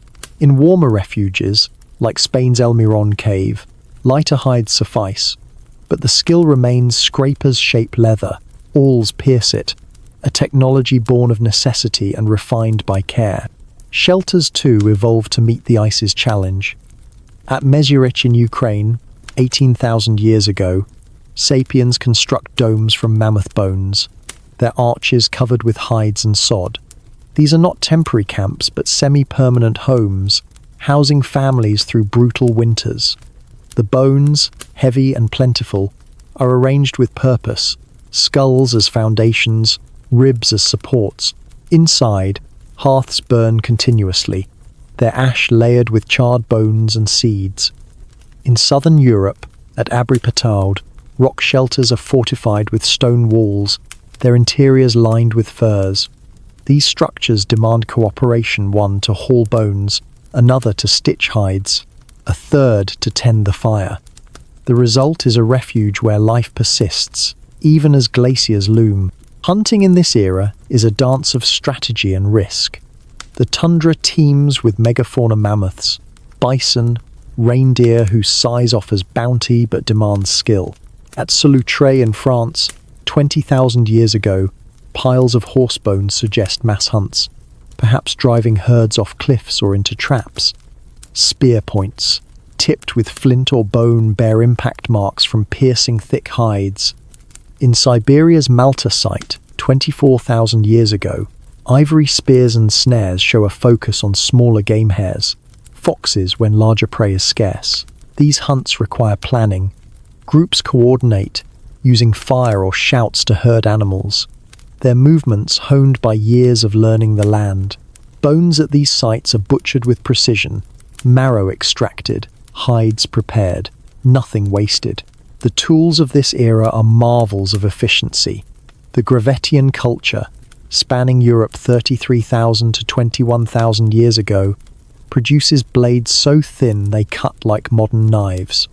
At Kostenk, microliths, tiny razor-sharp stones, are hafted into spears or arrows, suggesting early bow use. In Australia, edge-ground axes at Warattai show a mastery of stone, polished for cutting wood or bone. These tools are not just functional but portable, suited for a nomadic life. At Dolny Vistonis, clay kilns among the earliest known bake figurines and tools, showing a command of fire beyond cooking. This technology, shared across regions, binds distant bands, their techniques, a silent language of survival. Food is both challenge and bond. Stable isotope analysis of Sapiens bones from this period shows a heavy reliance on meat, reindeer, horse, mammoth, but plants like berries and roots supplement when available. At Grotte du Reni in France, 25,000 years ago, charred seeds and fish bones reveal a varied diet, with coastal groups exploiting shellfish. Cooking remains central, softening tough meat and unlocking nutrients. Hearths are communal spaces, where meals are shared, stories born. Imagine a band passing roasted bison, their hands greasy, their voices low in the firelight. These moments, fleeting yet repeated, weave the group into a family, their shared hunger a thread of unity. The glacial world tests their limits. Predators, cave bears, wolves compete for game and shelters, their bones often found alongside human tools. Climate swings bring bitter winters, forcing migrations to southern refuges or reliance on stored food. At La Gravette, tools suggest food preservation, meat dried, roots buried in cool earth. Injuries are common, healed fractures in bones from songhear show care, with some individuals surviving years after debilitating wounds. This compassion is a strength, a sign of groups that value every member, sharing food and warmth to keep the weak alive. Symbolism flourishes in this harsh world. At Dolny Vistonis, clay figurines, animals, women bear the marks of hands shaping meaning. Were they for ritual, storytelling, or play? At Songhear, burials with thousands of beads and ochre suggest a reverence for the dead, a belief in something beyond life. In Chauvet Cave, 30,000 years ago, early paintings, lions, rhinos, handprints adorn walls, lit by torchlight. These are not just art but a language, a way to claim the world, to speak to the unseen. The beads, figurines, and paintings are threads of a culture taking root, tying sapiens to each other and their land. Social bonds are their lifeline. Bands, likely 20 to 50 strong, move in small units but connect through trade and mating. At Kostenki, obsidian and shells from distant sources hundreds of kilometers away suggest exchange networks. Genetic studies show sapiens mixing with Neanderthals in Europe, their DNA blending in a quiet legacy. These networks carry not just goods but ideas, tool techniques, burial practices, perhaps songs or stories. A bead style in one valley might appear in another, a hunting method shared across fires. This connectivity, rooted in cooperation, lets sapiens thrive where isolation would falter. The challenges are relentless. The cold claims lives, and starvation looms when hunts fail. Yet sapiens adapt, their tools and strategies evolving with the ice. In Siberia, at Yana, they hunt rhinos with long spears, their points designed for deep wounds. In Europe, at La Madeleine, they carve antler into harpoons, targeting fish in icy rivers. These innovations are not solitary but shared, passed through watching, teaching, surviving. The archaeological record, tools, hearths, burials, shows a people who learn from each failure, turning hardship into strength. Their legacy is etched in the world they shaped. The Gravettian tools, found from France to Russia, show a culture that adapts and spreads. The art, from figurines to cave paintings, is a prelude to later expressions, a sign of minds that see beyond the immediate. Their genes, carrying Neanderthal traces, flow into modern populations, a reminder of their encounters.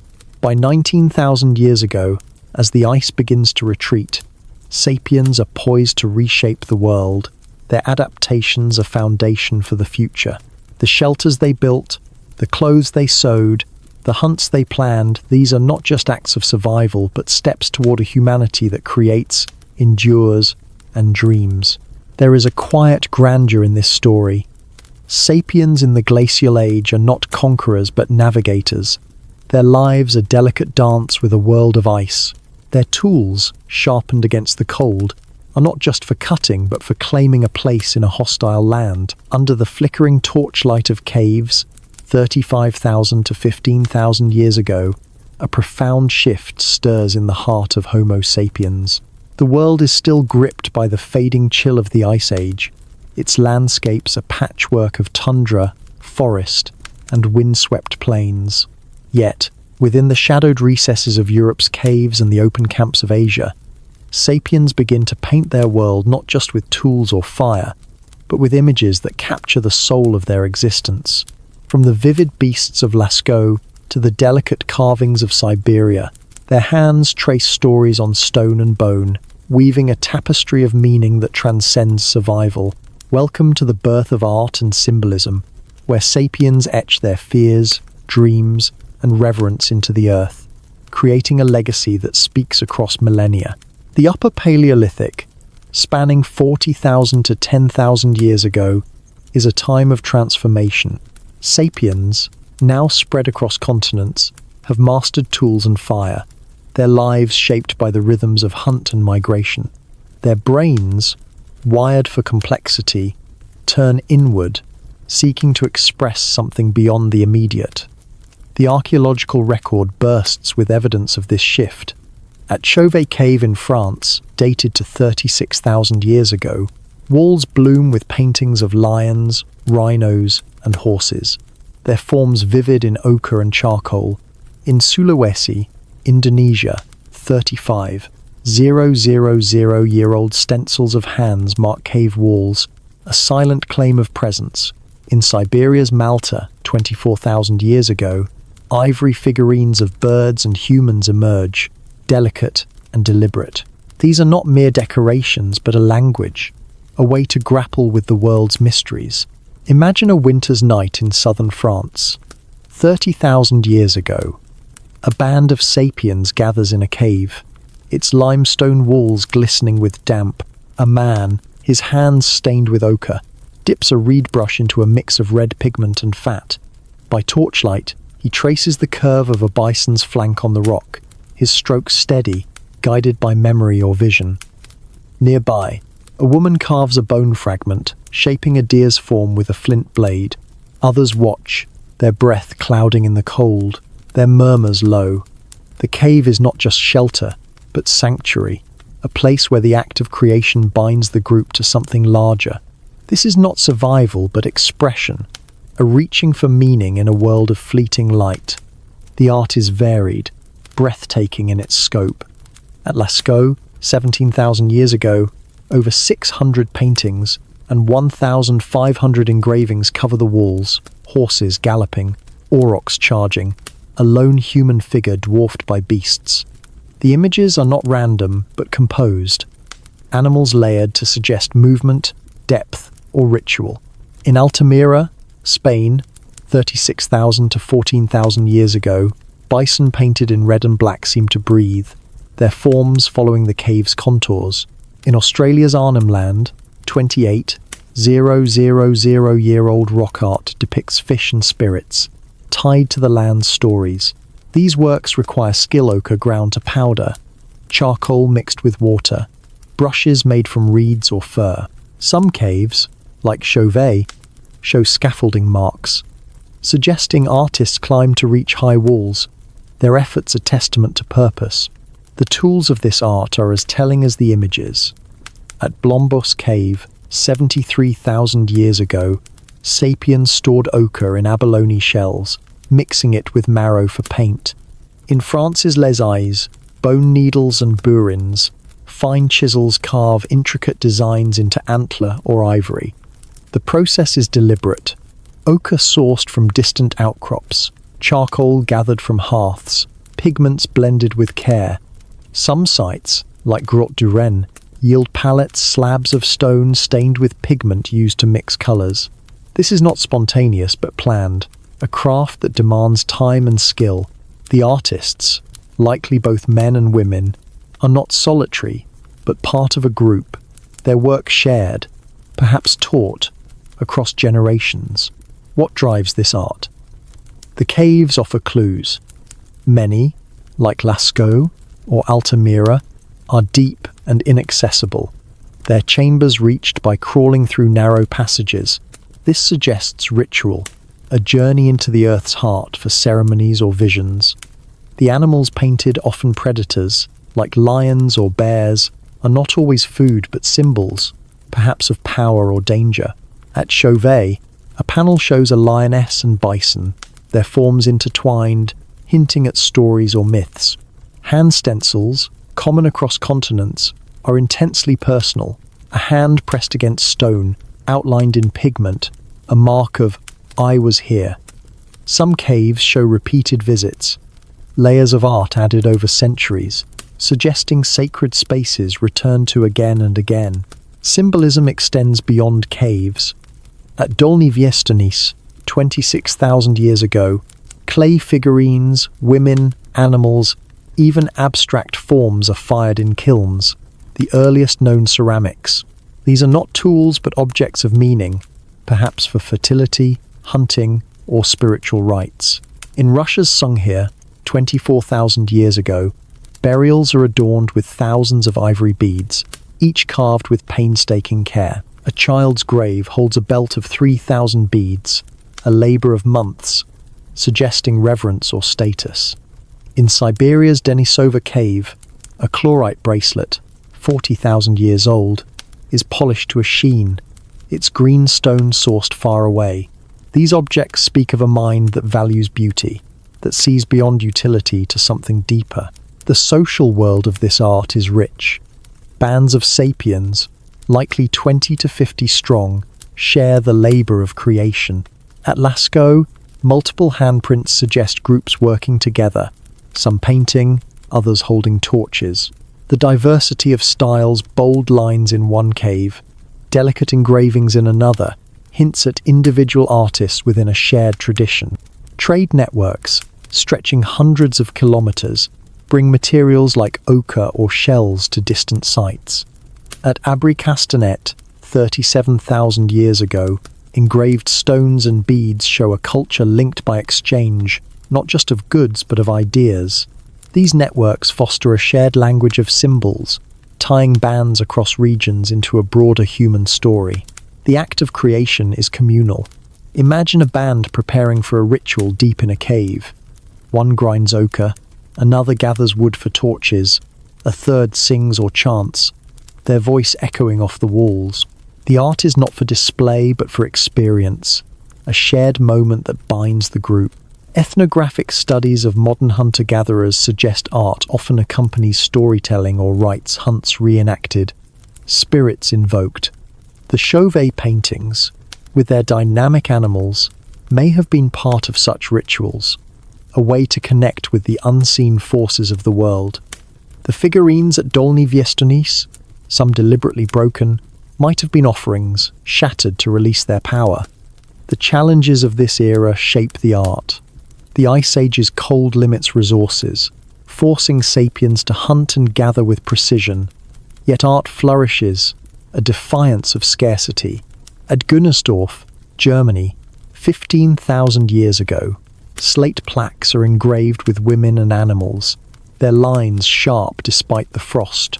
The effort, hours to carve, days to paint, suggests art is not a luxury but a necessity. a way to make sense of a world where survival is uncertain. Predators, like cave bears whose bones litter Chauvet, compete for shelters. Yet sapiens claim these spaces. Their art a mark of resilience.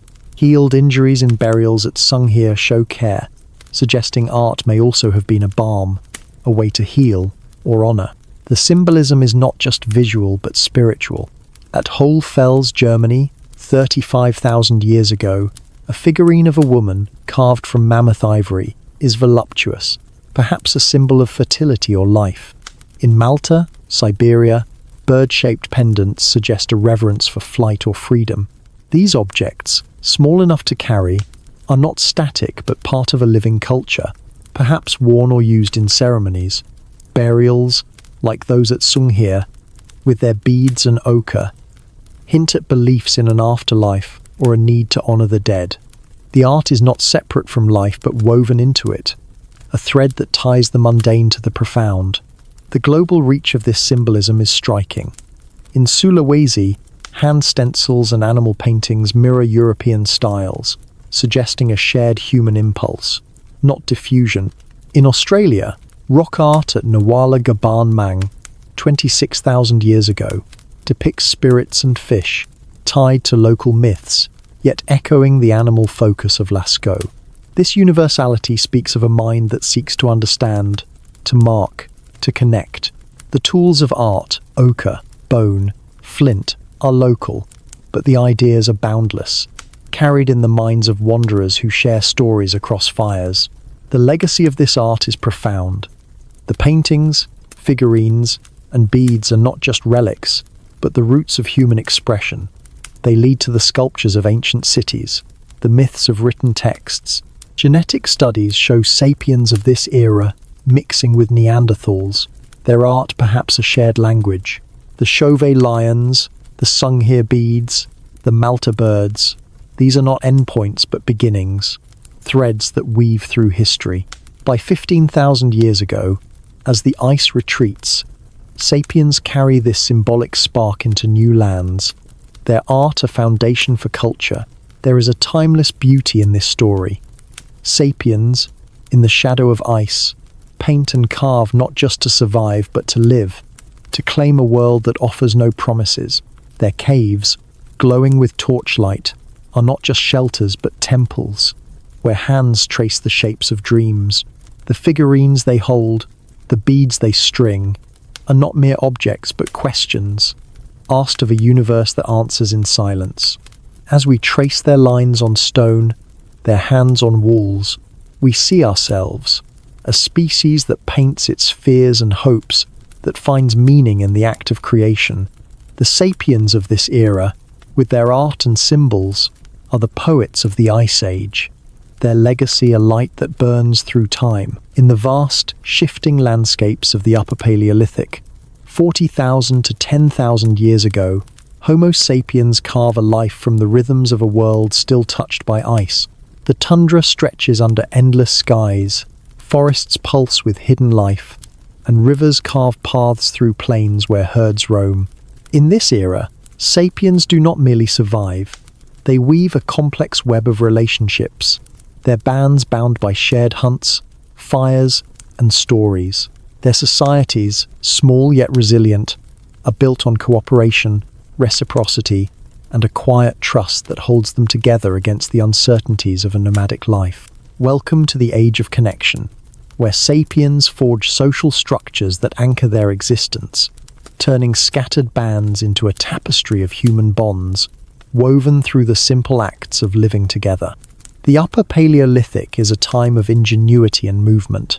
Sapiens, now spread across Europe, Asia, Australia, and beyond, have mastered tools, fire, and art. Their lives shaped by the demands of a changing climate. The last glacial maximum has waned, but cold lingers in the north, while warmer refuges bloom with resources. Their bands, typically 20 to 50 strong, are not rigid but fluid, splitting and merging with the seasons. The archaeological record reveals this complexity in campsites, burials, and artifacts that speak of shared labor and care. At Dolní Věstonice in the Czech Republic, 26,000 years ago. Hearths and figurines suggest a community that worked and created together. In Siberia's Malta, 24,000 years ago, ivory carvings and tools hint at a life bound by collective effort. Imagine a summer dusk on a European plain, 30,000 years ago. A band gathers around a crackling fire, its light pushing back the twilight. A woman splits a roasted hare, her hands deft, passing portions to the others. A man sharpens a flint blade, his movements practiced, while a child mimics him with a small stone. Nearby, an elder, her arm healed from a long-ago break, tells a story with gestures, her eyes bright. The group is small, but each member has a role: hunters, gatherers, toolmakers, storytellers, bound by a rhythm of give and take. The fire is their center, a place where food, warmth, and trust converge, forging a bond stronger than the sum of its parts. These societies are egalitarian, not by ideology but by necessity. Resources are scarce, and survival depends on sharing. At Sunghir in Russia, 24,000 years ago, burials adorned with thousands of ivory beads suggest equality in death. No single grave stands above the others, even a child's is richly decorated. Yet, roles exist, implied by tools and wear patterns. At Abri-Pataud in France, bone needles and scrapers point to specialized tasks: sewing, hideworking likely divided by skill, not status. Ethnographic studies of modern hunter-gatherers suggest such bands rely on reciprocity. A hunter shares meat, a gatherer offers roots, each act a debt repaid later. This balance keeps the group alive, a network of mutual reliance woven through daily acts. Cooperation is their strength. Hunting, especially of megafauna like mammoths or bison, demands teamwork. At Solutré in France, 20,000 years ago, piles of horse bones suggest mass hunts, with bands driving herds into traps or off cliffs. Spears tipped with microliths, found at Kostenki, require multiple hands, one to craft, another to wield, a third to butcher. Gathering too is collective. At Warattai in Australia, 18,000 years ago, ochre and plant remains show women and children foraging together, their knowledge of seasons and landscapes shared across generations. These tasks are not solitary but communal, each member's skill a thread in the group's survival. The archaeological record reveals a web of connections beyond the band. At Olojazali in Kenya, 200,000 years ago, obsidian tools sourced 100 kilometers away suggest trade or travel, linking distant groups. By 30,000 years ago, this network grows. In Europe's Gravettian culture, shells from the Mediterranean appear in inland sites like Dolny Viestonis, hundreds of kilometers away. In Siberia, mammoth ivory from Malta is carved into pendants, some found far from their origin. These exchanges are not just for goods, but for relationships, marriages, alliances, or shared rituals that bind bands into a larger whole. Genetic studies show frequent mixing, Sapiens blending with Neanderthals or Denisovans, their genes a map of meetings across continents. Storytelling is a cornerstone of their society. While no words survive, the art of this era, Chauvet's painted lions, Malta's carved birds suggests narratives shared around fires. At Grotta du Ren, 25,000 years ago, ornaments and tools lie near hearths, as if used in rituals or tales. Imagine a band gathered, an elder gesturing to a painted wall, recounting a hunt or a spirit's journey. These stories are not just entertainment, but a way to teach where to find water, how to track prey, who belongs to the group. The repetition of symbols, like hand stencils in Sulawesi or Venus figurines in Europe, suggests shared myths, a cultural thread linking far-flung bands. Kinship is the glue of their world. Bands are often families, extended by blood or choice. At Sunghir, a double burial of two children, adorned with beads and spears, suggests deep ties. Their graves a labor of love. Healed injuries, like those at Dolny Vistonish, show care for the weak elders or wounded fed and protected. This is not charity but survival. A band that loses members risks collapse. Kinship extends beyond the living. Burials at Lake Mungo, 40,000 years ago, dusted with ochre, suggest a reverence for the dead, a belief that ties past to present. These acts of care, feeding, burying, honoring are the roots of community, a promise to stand together. The challenges of this era shape their bonds. The fading ice age leaves cold winters and unpredictable resources. Predators, wolves, bears compete for game, their bones found alongside human tools at sites like Lequina. Starvation looms when hunts fail, yet sapiens adapt. At Gunnersdorf, 15,000 years ago, engraved plaques show women gathering, their knowledge of plants a buffer against scarcity. Food storage, implied by deep pits at Kostenki, shows foresight, meat or roots preserved for lean times. These strategies require trust, one to hunt, another to store, all to share. The band's survival hinges on this mutual reliance, a delicate balance honed by necessity. Art and ritual strengthen their ties. At Chauvet, 36,000 years ago, paintings deep in the cave suggest ceremonies, perhaps led by a shaman or elder. The effort crawling through dark passages, painting by torchlight implies a shared purpose, a group united by belief. In Hohlfels, a 35,000-year-old flute carved from vulture bone hints at music. Its notes a language of emotion. These acts are not solitary. They draw the band together, whether painting a wall or singing by a fire. The Venus figurines, found across Europe, may have been talismans, carried to invoke fertility or protection, a shared symbol of hope. Their egalitarianism is not absolute. Skill or charisma likely elevates some a master hunter, a gifted artist, yet power is fleeting, tied to contribution, not dominance. At La Gravette, 27,000 years ago, tools of exceptional craftsmanship suggest skilled individuals, their work valued but not hoarded. Burials show no clear hierarchy. Even children, like those at Sung Here, are adorned as richly as adults. This balances practical inequality, risks division, and a divided band falters. Ethnographic parallels suggest disputes were settled through consensus or movement, a dissatisfied member simply joining another group. This fluidity keeps peace, allowing bands to adapt and endure. The global reach of their society is striking. In Australia, Nawala Gabanmang's rock art, 26,000 years old, mirrors European styles, suggesting a universal human impulse to connect through images. In Siberia, Malta's figurines resemble those of Dolny Vistonis, thousands of kilometers away. These similarities are not diffusion but convergence, a shared need to make sense of the world. Trade networks carry more than goods, they carry ideas. A shell bead in France, a bone flute in Germany, an ochre design in Australia.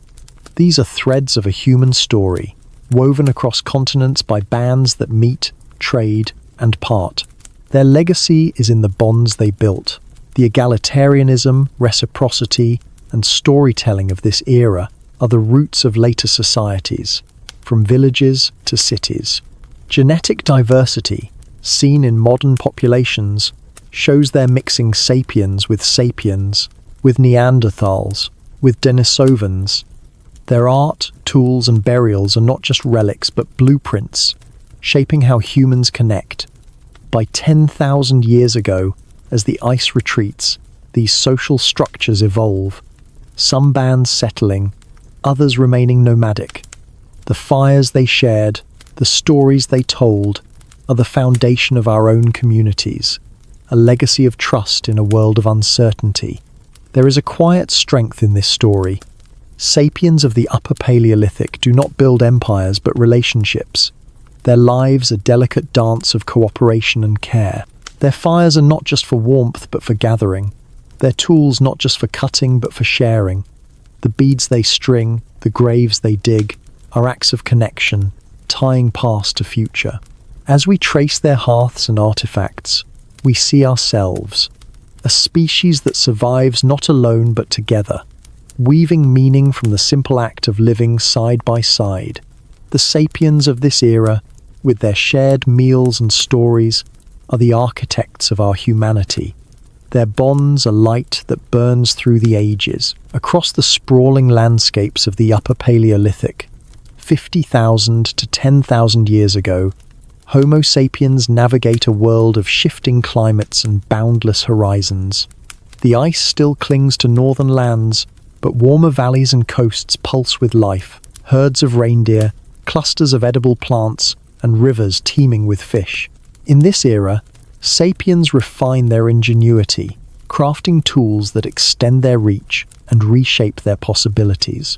From tiny microliths to polished axes and ingenious throwing devices, their technology is not just for survival but for mastery, enabling them to hunt, build, and explore with unprecedented precision. Welcome to the age of innovation, where sapiens wield new tools to carve a life from the wild, their hands forging a future in the stone and bone of a changing world. The Upper Paleolithic is a time of transformation, as sapiens spread across Europe, Asia, Australia, and beyond. The fading grip of the Ice Age opens new territories, but survival demands adaptability. Their minds, sharp and inventive, turn challenges into opportunities, crafting tools that fit the diverse demands of tundra, forest, and desert. The archaeological record brims with evidence of this leap. At Kostenki in Russia, 45,000 years ago, tiny flint microliths sharp as razors are set into wooden handles, creating versatile weapons. In Australia's Warati rock shelter, 18,000 years ago, polished axes and bone points reveal a mastery of local materials. In France's Solutré, 20,000 years ago, spear throwers carved from antler amplify the power of a hunt. These tools are not mere objects but extensions of human will, a bridge to new possibilities. Picture a spring morning on a Siberian steppe. 30,000 years ago, a band of sapiens, 15 strong, moves across a grassy expanse. Their eyes tracking a herd of horses, a man grips a spear thrower, its antler curve fitted with a flint point. He tests its balance, the tool an extension of his arm, designed to hurl a spear with deadly force. Nearby, a woman sharpens a microlith blade, embedding it in a wooden shaft for cutting hides. A child, learning by watching, practices flaking a small stone. Their camp, a cluster of hide tents, is strewn with tools, axes for wood, awls for leather, nets for small game. This is not just survival but strategy, a life shaped by tools that multiply their strength and skill. The microlith is a hallmark of this era. These tiny stone flakes, often no larger than a thumbnail, are crafted with precision, their edges honed for cutting or piercing. At La Gravette in France, 27,000 years ago, microliths are found in clusters, some still embedded in bone or wood, suggesting composite tools, spears, arrows, or knives made of multiple parts. The technique requires foresight. A flint core is shaped, then struck to produce dozens of small blades, each tailored for a task. In Siberia's Malta, 24,000 years ago, microliths are hafted into harpoons, their points barbed for fishing. In Australia's Kimberley region, 20,000 years ago, similar tools cut through tough kangaroo hide. These are not crude implements but a technology of efficiency, light enough to carry, sharp enough to kill. The atlatl, or spear thrower, is another leap. Found at sites like Compsogniere in France, 20,000 years ago, these devices, often carved from antler or wood, extend the arm's leverage, sending spears farther and faster. A well-aimed atlatl can fell a deer from 30 meters, a range impossible by hand alone. The tools bear carvings, animals, geometric patterns suggesting not just function but pride. Experiments show an atlatl doubles a spear's velocity, a game changer for hunters facing swift prey like reindeer or horses. At Solutré, piles of horse bones, pierced by atlatl-driven points, suggest mass hunts, entire bands working to drive herds into traps. This is not luck but coordination, amplified by tools. Polished axes mark another advance. At Warati, 18,000 years ago, Stone axes with ground edges cut through wood or bone, a labor-saving innovation. Unlike flaked tools, these require hours of grinding against abrasive stone, a process that demands patience and skill. In Japan's Amudat Cave, 16,000 years ago, similar axes suggest tree felling for shelters or canoes. These tools open new possibilities, clearing paths, building structures, or crafting rafts to cross rivers. At Mezerich in Ukraine, 15,000 years ago, mammoth bone huts rely on such axes. Their construction a testament to tools that shape not just materials but lives. Bone and antler tools flourish alongside stone. At La Madeleine in France, 15,000 years ago, harpoons carved from reindeer antler are barbed for fishing or hunting small game. Bone needles, found at Kostenki, are fine enough to sew tailored clothing furs stitched into tunics or boots, essential for icy winters. At Sunghir, 24,000 years ago, burials with thousands of bone beads show a mastery of delicate work, each bead drilled and polished by hand. These tools are not just functional but cultural. Their craftsmanship a shared language. The effort hours to carve a single harpoon speaks of a society that values precision, where every tool is a collaboration of hands and minds. The challenges of this era drive innovation.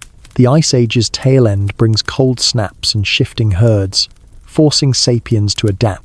In Europe, reindeer dominate. In Australia, kangaroos. In Siberia, mammoths.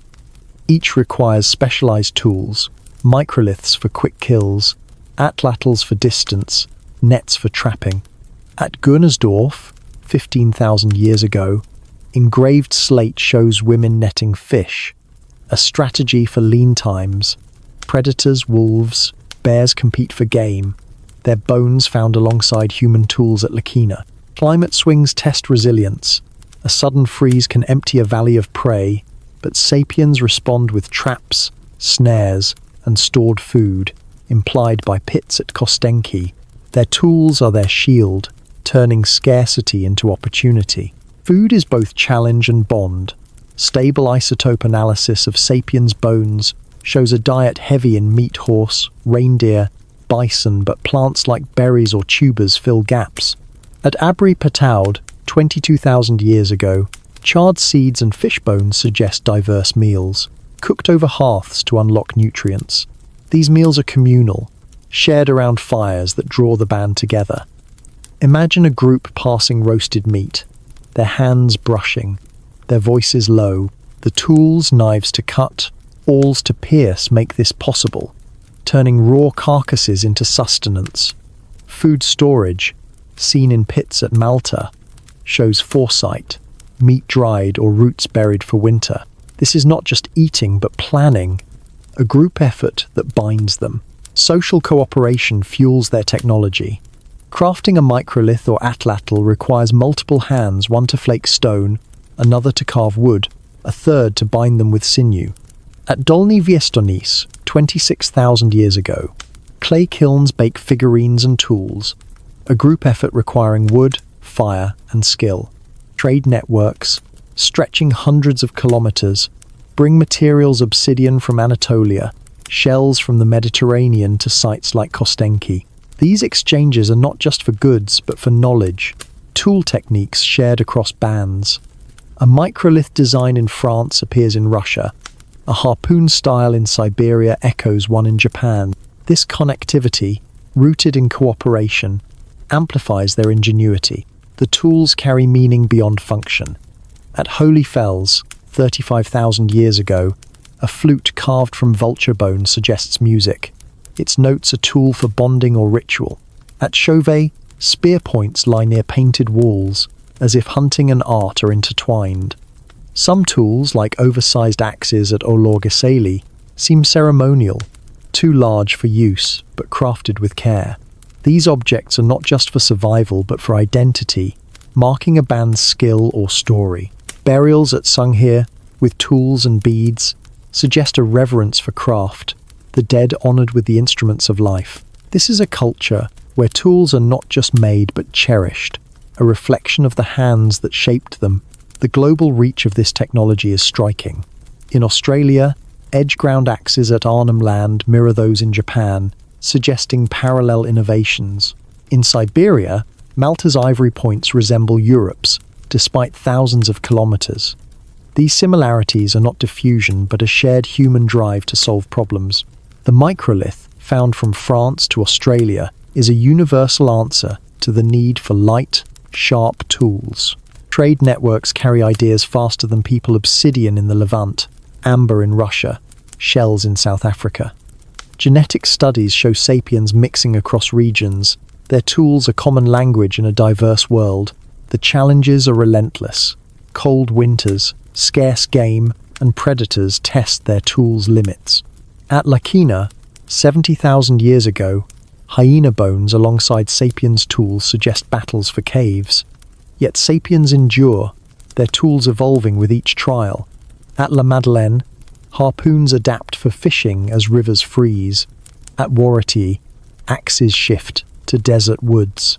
Healed injuries in burials, like those at Sunghear, show care, with tools likely used to feed or protect the wounded. This resilience is not just in stone but in spirit, a refusal to let the world win. Their legacy is profound. The microliths, atlatls, and axes of this era are the roots of later technologies, plows, wheels, machines. The cooperation behind them, the trade that spreads them, lays the foundation for villages and cities. By 10,000 years ago, as the ice fully retreats, these tools enable new lives, settlements, farming, crafts. The flutes, the ceremonial axes, are sparks of culture, leading to music, art, and ritual. As we trace their blades and points, we see a people who did not just survive but shaped their world. Their tools are testament to a mind that builds, connects, and dreams. In the twilight of the Ice Age, 15,000 to 10,000 years ago, the Earth breathes with a restless energy, its glaciers retreating to reveal new lands and possibilities. Across the vast steppes of Eurasia, the dense forests of the Americas, and the arid plains of Australia, Homo sapiens face a world teeming with giants, mammoths, mastodons, giant sloths, and other megafauna that dominate the landscape. These creatures are not just prey but forces of nature, their size a challenge and a promise. Sapiens, armed with sharpened tools and collective cunning, hunt these behemoths, their lives intertwined with the fate of these massive beasts. Yet, as the climate warms and the giants vanish, questions linger: did human hands or shifting skies drive their end? Welcome to the age of megafauna, where sapiens dance with titans, their hunts shaping both the land and the future. The Upper Paleolithic is a time of transition, as the last glacial maximum fades and warmer winds reshape the world. Sapiens, now global, have honed their skills: microlith-tipped spears, atlatls, and nets, making them formidable hunters. Their bands, small yet tightly knit, rely on cooperation to survive in a landscape where opportunity and danger walk hand in hand. The megafauna: woolly mammoths in Eurasia, giant ground sloths in the Americas, diprotodons in Australia, are a caloric jackpot, each kill yielding meat, hides, and bones for tools or shelters. But they are not easy prey, their size demanding strategy, bravery, and unity.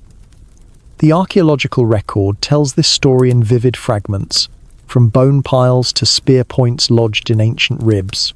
In Europe, at Yana rhinoceros horn site in Siberia, 27,000 years ago, sapiens leave ivory spears and bones of woolly rhinos, their tools marked by the strain of piercing thick hides. In North America's Clovis sites, 13,000 years ago, stone points fluted and razor sharp are found embedded in mammoth skeletons, evidence of hunts that fed entire bands. In Australia's Cuddy Springs, 16,000 years ago, bones of giant marsupials lie near human tools, suggesting encounters with creatures as large as rhinos. These sites are not random but deliberate. Camps chosen near water or migration routes where megafauna gather, their remains a testament to sapiens' skill and ambition. Picture a crisp dawn on a Siberian steppe 14,000 years ago. A band of sapiens, 20 strong, crouches in tall grass, their eyes fixed on a woolly mammoth grazing by a river. A man grips an atlatl, its antler handle worn from use, a flint point gleaming at its tip. A woman signals with a raised hand, her breath steady, directing the group to fan out. Children and elders wait at the camp, ready to process the kill. The band moves as one, driving the mammoth toward a marsh where its weight will bog it down. Spears fly, guided by atlatls, piercing the beast's flank. The hunt is not a single act, but a symphony planning, stalking, striking each member a note in the song of survival. The tools of these hunts are marvels of precision. Clovis points, found across North America, are crafted from flint or obsidian, their edges fluted to haft securely onto spears. At Murray Springs, Arizona, 13,000 years ago, such points lie among mammoth bones, their tips bearing impact scars from deep wounds.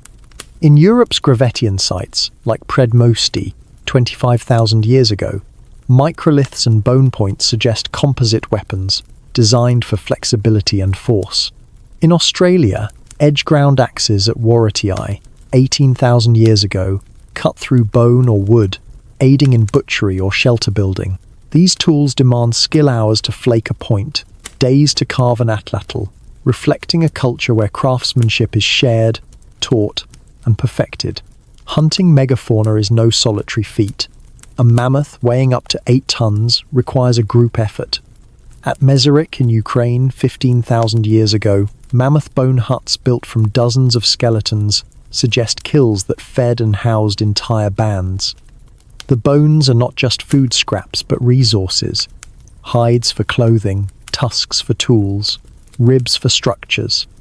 At Solutré in France, 20,000 years ago, piles of horse and bison bones indicate mass hunts, likely driving herds off cliffs or into corrals. Ethnographic parallels suggest bands of 10 to 30 coordinated these efforts, some herding, others striking, all sharing the bounty. The meat from a single mammoth could sustain a group for weeks, its hides clothing them through winter. The archaeological record is rich with such scenes. At Blackwater Draw, New Mexico, 11,000 years ago, Clovis points pierce bison and mammoth bones, their placement suggesting ambushes at watering holes. In Siberia's Berelek, 13,000 years ago, a mammoth graveyard yields tools and bones, some arranged in patterns that hint at ritual or storage.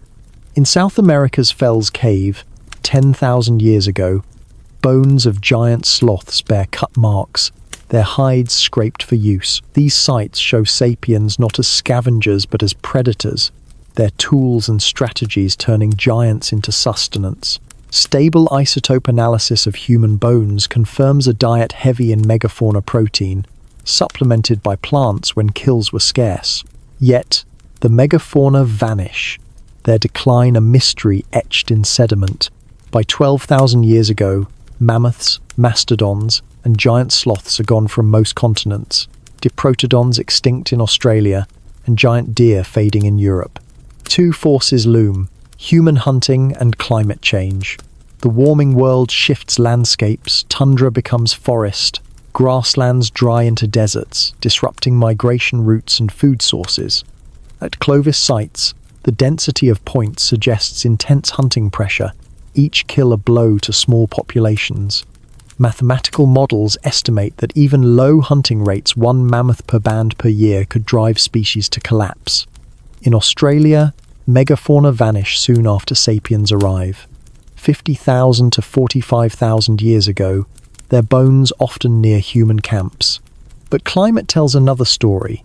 Pollen records from lake cores show rapid shifts, wetlands drying, forests encroaching, disrupting the open habitats megafauna needed. In North America, the Younger Dryas cold snap, 12,900 to 11,700 years ago, stresses ecosystems already in flux. Some species, like the saber-toothed cat, rely on large prey. As mammoths decline, so do they. Yet, not all extinctions align with human arrival. In Africa, where sapiens and megafauna coexisted longest, many giants survive longer, suggesting adaptation or lower hunting pressure. The debate persists: did sapiens' spears or the Earth's warming breath tip the balance? Likely both, a dance of human impact and natural change. The challenges of this era shape sapiens' lives. Predators, saber-toothed cats, dire wolves compete for the same prey. Their bones found at sites like La Brea tar pits alongside human tools. Hunting megafauna is risky. A mammoth's charge or a sloth's claws could kill. Healed fractures in human bones, like those at Sung Here, suggest injuries from hunts. Yet care within bands, food shared, wounds tended keep survivors alive. Starvation looms when kills fail, but sapiens adapt, turning to smaller game or plants. At Gurnersdorf, 15,000 years ago, nets and snares trap fish and hares, a fallback when giants are scarce. The hunts are not just for food, but for meaning. At Berelek, mammoth bones arranged in circles hint at rituals, perhaps honouring the kill. In France's Rouffignac cave, 13,000 years ago, mammoth paintings adorn walls. Their forms are tribute or prayer. Tools, too, carry significance. Oversized Clovis points, too large for use, may have been offerings, symbols of a hunt's success. Burials, like those at Predmosty, include mammoth ivory beads, linking the dead to the giants they felled. These acts weave the megafauna into sapiens' story, not just as prey, but as forces of power and mystery. Social bonds underpin the hunts. A mammoth kill requires 10 to 20 hunters, plus others to butcher and process. At Meserich, the scale of bone huts suggests entire bands working together, some hauling, others building. Trade networks, stretching hundreds of kilometers, bring flint and obsidian to sites like Blackwater Draw, linking bands through shared resources. These networks carry stories too: how to track a mammoth, where to strike. Genetic mixing, seen in modern DNA, shows sapiens connecting across regions. Their hunts are shared endeavor. A successful kill is a communal triumph. Meat and hides distributed, strengthening the group's trust. The global scope of this era is striking. In North America, Clovis hunters target mammoths. In South America, at Monte Verde, 14,000 years ago, they hunt mastodons. In Australia, Cuddy Springs shows diprotodon kills. Tools vary. Clovis points in the Americas, microliths in Europe, but the strategy is universal: cooperation, precision, adaptability. The megafauna's decline is global too, with similar patterns in Eurasia, Australia, and the Americas. This shared story, etched in bones and tools, binds sapiens across continents. Their hunts a common thread in a human tapestry. The legacy of this era is bittersweet. The megafauna's loss reshapes ecosystems, forcing sapiens to new foods, smaller game, plants, fish. At Abu Huraira in Syria, 11,000 years ago, seeds and grinding stones hint at this shift, a prelude to farming. The tools of the hunt points. Atlatls evolve into plows and sickles, their ingenuity enduring. The art and rituals tied to megafauna live on in stories, from mammoth paintings to myths of giant beasts. As we trace their bones and spears, we see a people who met giants with courage. Their hunts a dance of skill and survival. The sapiens of this era, with their tools and fires, are not just hunters but shapers. Their legacy a world remade by their hands and the giants they chased. In the waning light of the Ice Age, 15,000 to 10,000 years ago, the Earth stirs with renewal as glaciers retreat and rivers swell. Across the continents, from the grassy steppes of Eurasia to the lush valleys of the Americas and the arid expanses of Australia, Homo sapiens live in rhythm with the seasons. Their lives a delicate dance of movement and adaptation. They are nomads, following the migrations of herds, the blooming of plants, and the flow of waters.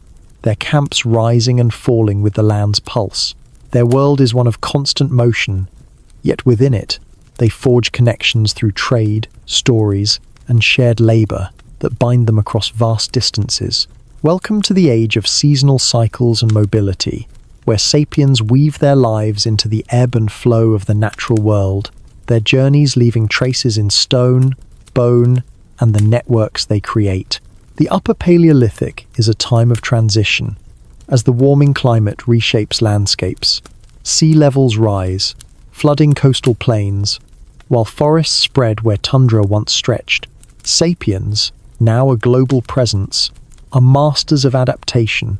Their tools, microliths, atlatls, and polished axes honed for diverse environments. Their bands, typically 20 to 50 strong, move with purpose, tracking resources across seasons. The archaeological record captures this rhythm in fleeting campsites and scattered artifacts. At Pinsevent in France, 12,000 years ago, hearths and reindeer bones mark a seasonal hunting camp, abandoned when the herd moved on. In Australia's Willandra Lakes, 14,000 years ago, shell middens and tools show camps tied to fish runs. In Siberia's Afontavagora, 15,000 years ago, mammoth bones and flint blades trace a winter refuge, left behind as spring called the band elsewhere. Imagine a crisp autumn morning in a European valley, 13,000 years ago. A band of sapiens, 15 strong, packs their camp near a riverbank, their hide tents sagging under morning dew. A woman ties a bundle of dried fish, her hands deft from practice, while a man sharpens a microlith spear point, its edge gleaming. Children gather reeds, learning to weave baskets for carrying roots. The band is preparing to move, following a herd of reindeer north as the leaves turn. Their camp is temporary, built of branches and hides, but their tools, flint knives, bone awls are portable, designed for a life on the move. This is not wandering, but a cycle. A journey tuned to the land's seasons. Each stop a pause in a larger rhythm. Mobility is their strength. Sapiens do not linger where resources dwindle. They follow the bounty herds in spring, berries in summer, fish in autumn.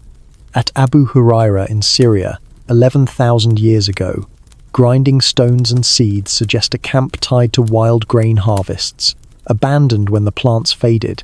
In North America's Folsom sites, 10,500 years ago, spear points among bison bones mark summer hunts, left behind as the band trailed the herd.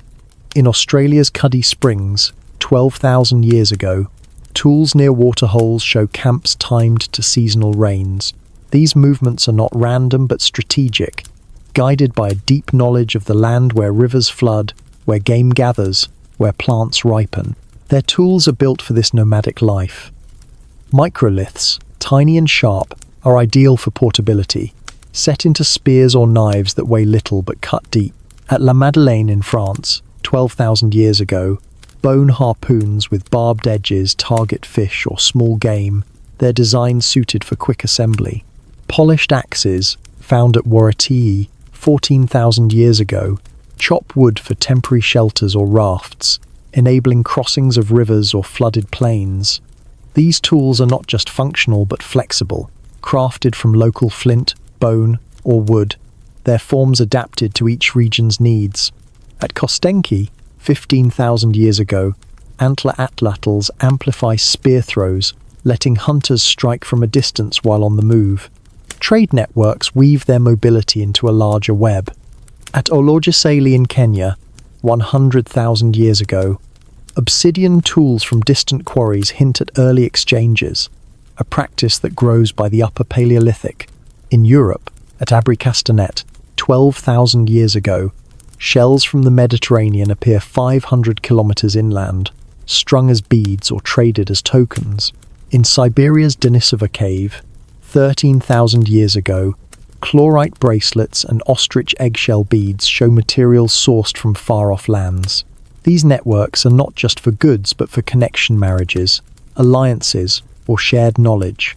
A flint technique learned in one valley spreads to another, a bead style carried across mountains. Genetic studies show sapiens mixing across regions, their genes a map of meetings on the move. Food ties their cycles to the land. Stable isotope analysis of bones from this era shows a diet shaped by seasons: reindeer in winter, fish in spring, berries in summer.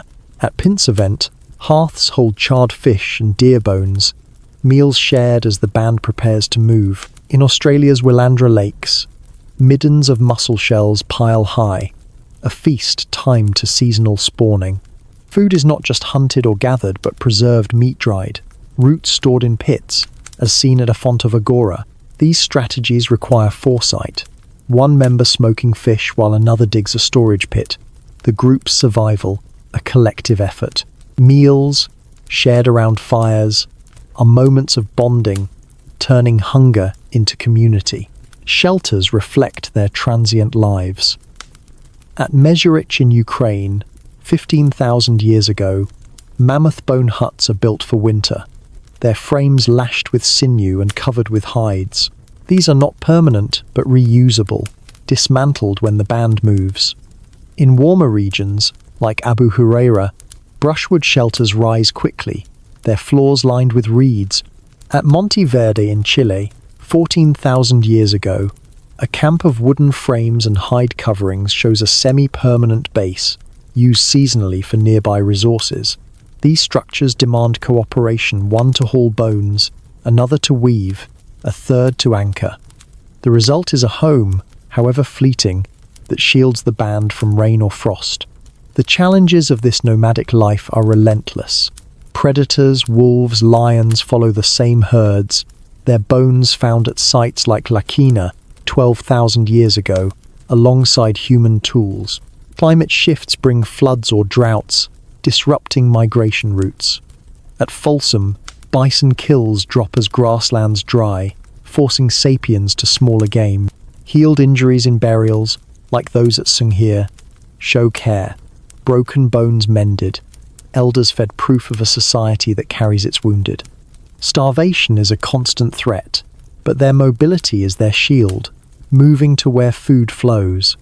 At Gunnersdorf, 15,000 years ago, nets and snares trap fish and birds, a fallback when larger prey vanish. Ritual and art anchor their cycles.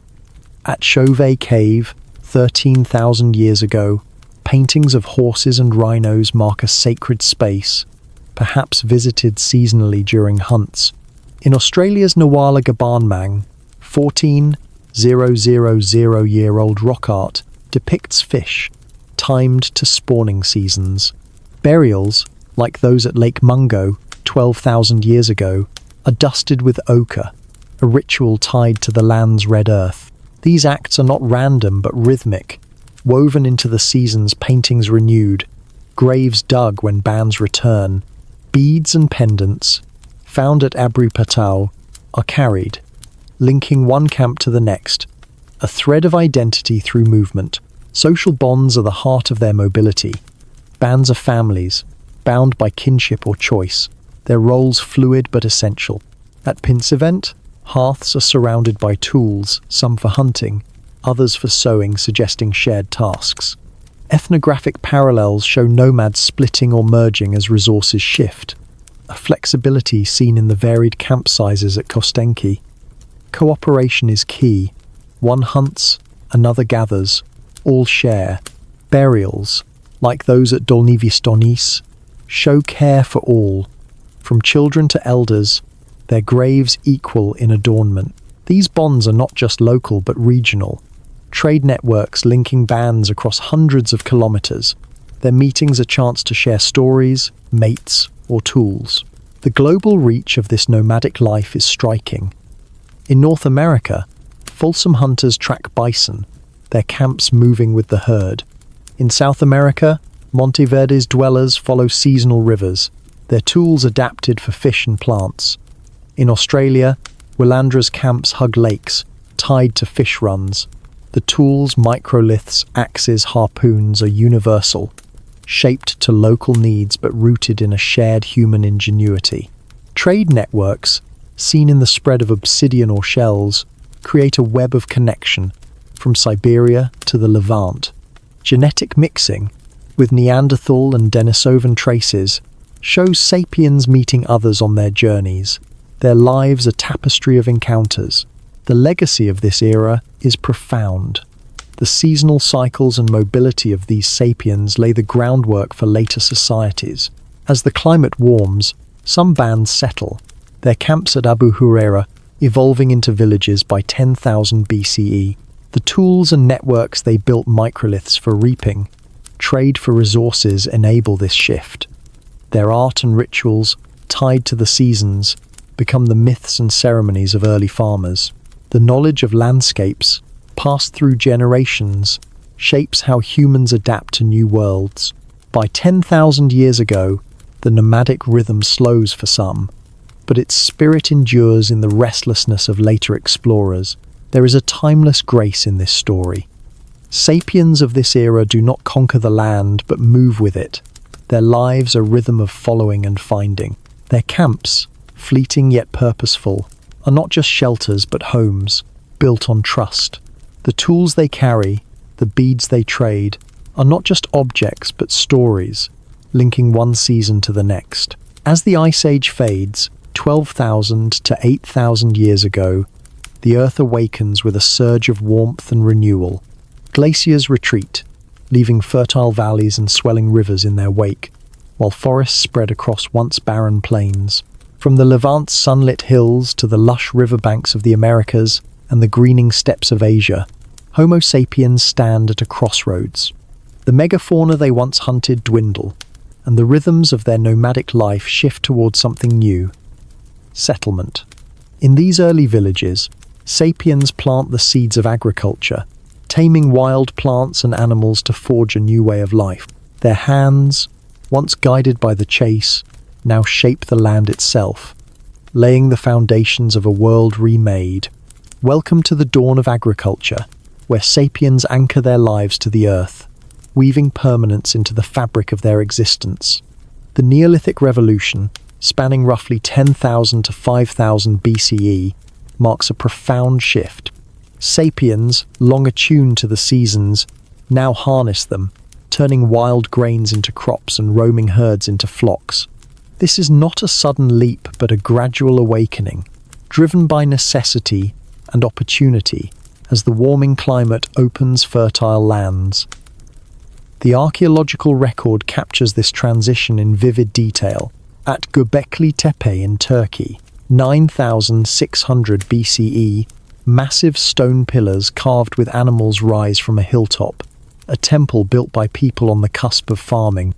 In the Levant's Jericho, 9,000 BCE, mud brick houses cluster around a spring, their floors littered with sickle blades and grain. In China's Yangtze Valley, 7,000 BCE, rice husks and pig bones mark early domestication. These are not just sites but turning points, where sapiens begin to root themselves to the land. Picture a spring morning in the Fertile Crescent, 9,500 BCE. A band of sapiens, 30 strong, gathers in a valley where wild wheat sways under a gentle breeze. A woman kneels, her sickle a flint blade set in bone-cutting stalks with care. Nearby, a man digs a shallow pit, planting seeds saved from last season's harvest. Children scatter, chasing a young goat, learning to herd as they play. Their camp, once temporary, is now a cluster of mud brick huts, their walls smoothed by hand. A hearth burns, its smoke curling above a communal meal of roasted grain and meat. This is not a fleeting stop but a home, a place where the land is shaped to sustain them, its bounty no longer chased but cultivated. Agriculture begins with small acts. In the Levant's Natufian culture, 12,500 to 9,500 BCE, sapiens harvest wild barley and wheat, their sickles leaving glossy wear from cutting tough stalks. At Abu Huraira in Syria, 9,500 BCE, grinding stones and storage pits show a shift from gathering to planting, wild grains coaxed into fields. The process is slow seeds selected for size, sown in cleared patches, watered by hand or rain. In Mexico's Tehuacan Valley, 7,000 BCE, maize cobs, tiny but deliberate, mark early experiments with corn. In New Guinea, 9,000 BCE, taro and yam mounds suggest root crop cultivation. These efforts demand patience, a knowledge of seasons and soils passed through generations, each harvest a step toward permanence. Domestication of animals follows. At Çatalhöyük in Turkey, 7500 BCE, sheep and goat bones bear signs of penning, their sizes smaller than wild kin, a mark of human control. In Mesopotamia's Zagros Mountains, 8000 BCE, pig bones show similar changes, their diets shaped by human hands. These animals are not just food but partners. Goats clear brush, dogs guard camps, their presence woven into daily life. At Mehrgarh in Pakistan, 7000 BCE, cattle bones and wheat chaff lie together, evidence of a mixed economy where herding and planting intertwine. This is not taming for dominance but a pact, humans and animals bound by mutual need. The tools of this era reflect the shift. Sickles, found at Jericho, are curved for reaping, their flint blades set in wood or bone. Grinding stones, heavy and worn, turn grain into flour, as seen at Abu Huraira. In China's Jiahu, 7000 BCE, bone spades dig irrigation channels for rice paddies. These tools are not just for labor but for permanence, designed for repeated use in one place. At Göbekli Tepe, massive T-shaped pillars, weighing tons, are quarried and carved, a communal effort that suggests not just skill but organization. Pottery, emerging at Çatalhöyük, holds grain or water, its clay fired in kilns, a new technology for a settled life. Settlement reshapes their world. At Jericho, 9000 BCE, mud brick houses form a village of hundreds, protected by a stone wall and tower, perhaps against floods or rivals. At Çatalhöyük, houses are packed tight, their roofs a shared walkway, their interiors painted with bulls and dancers.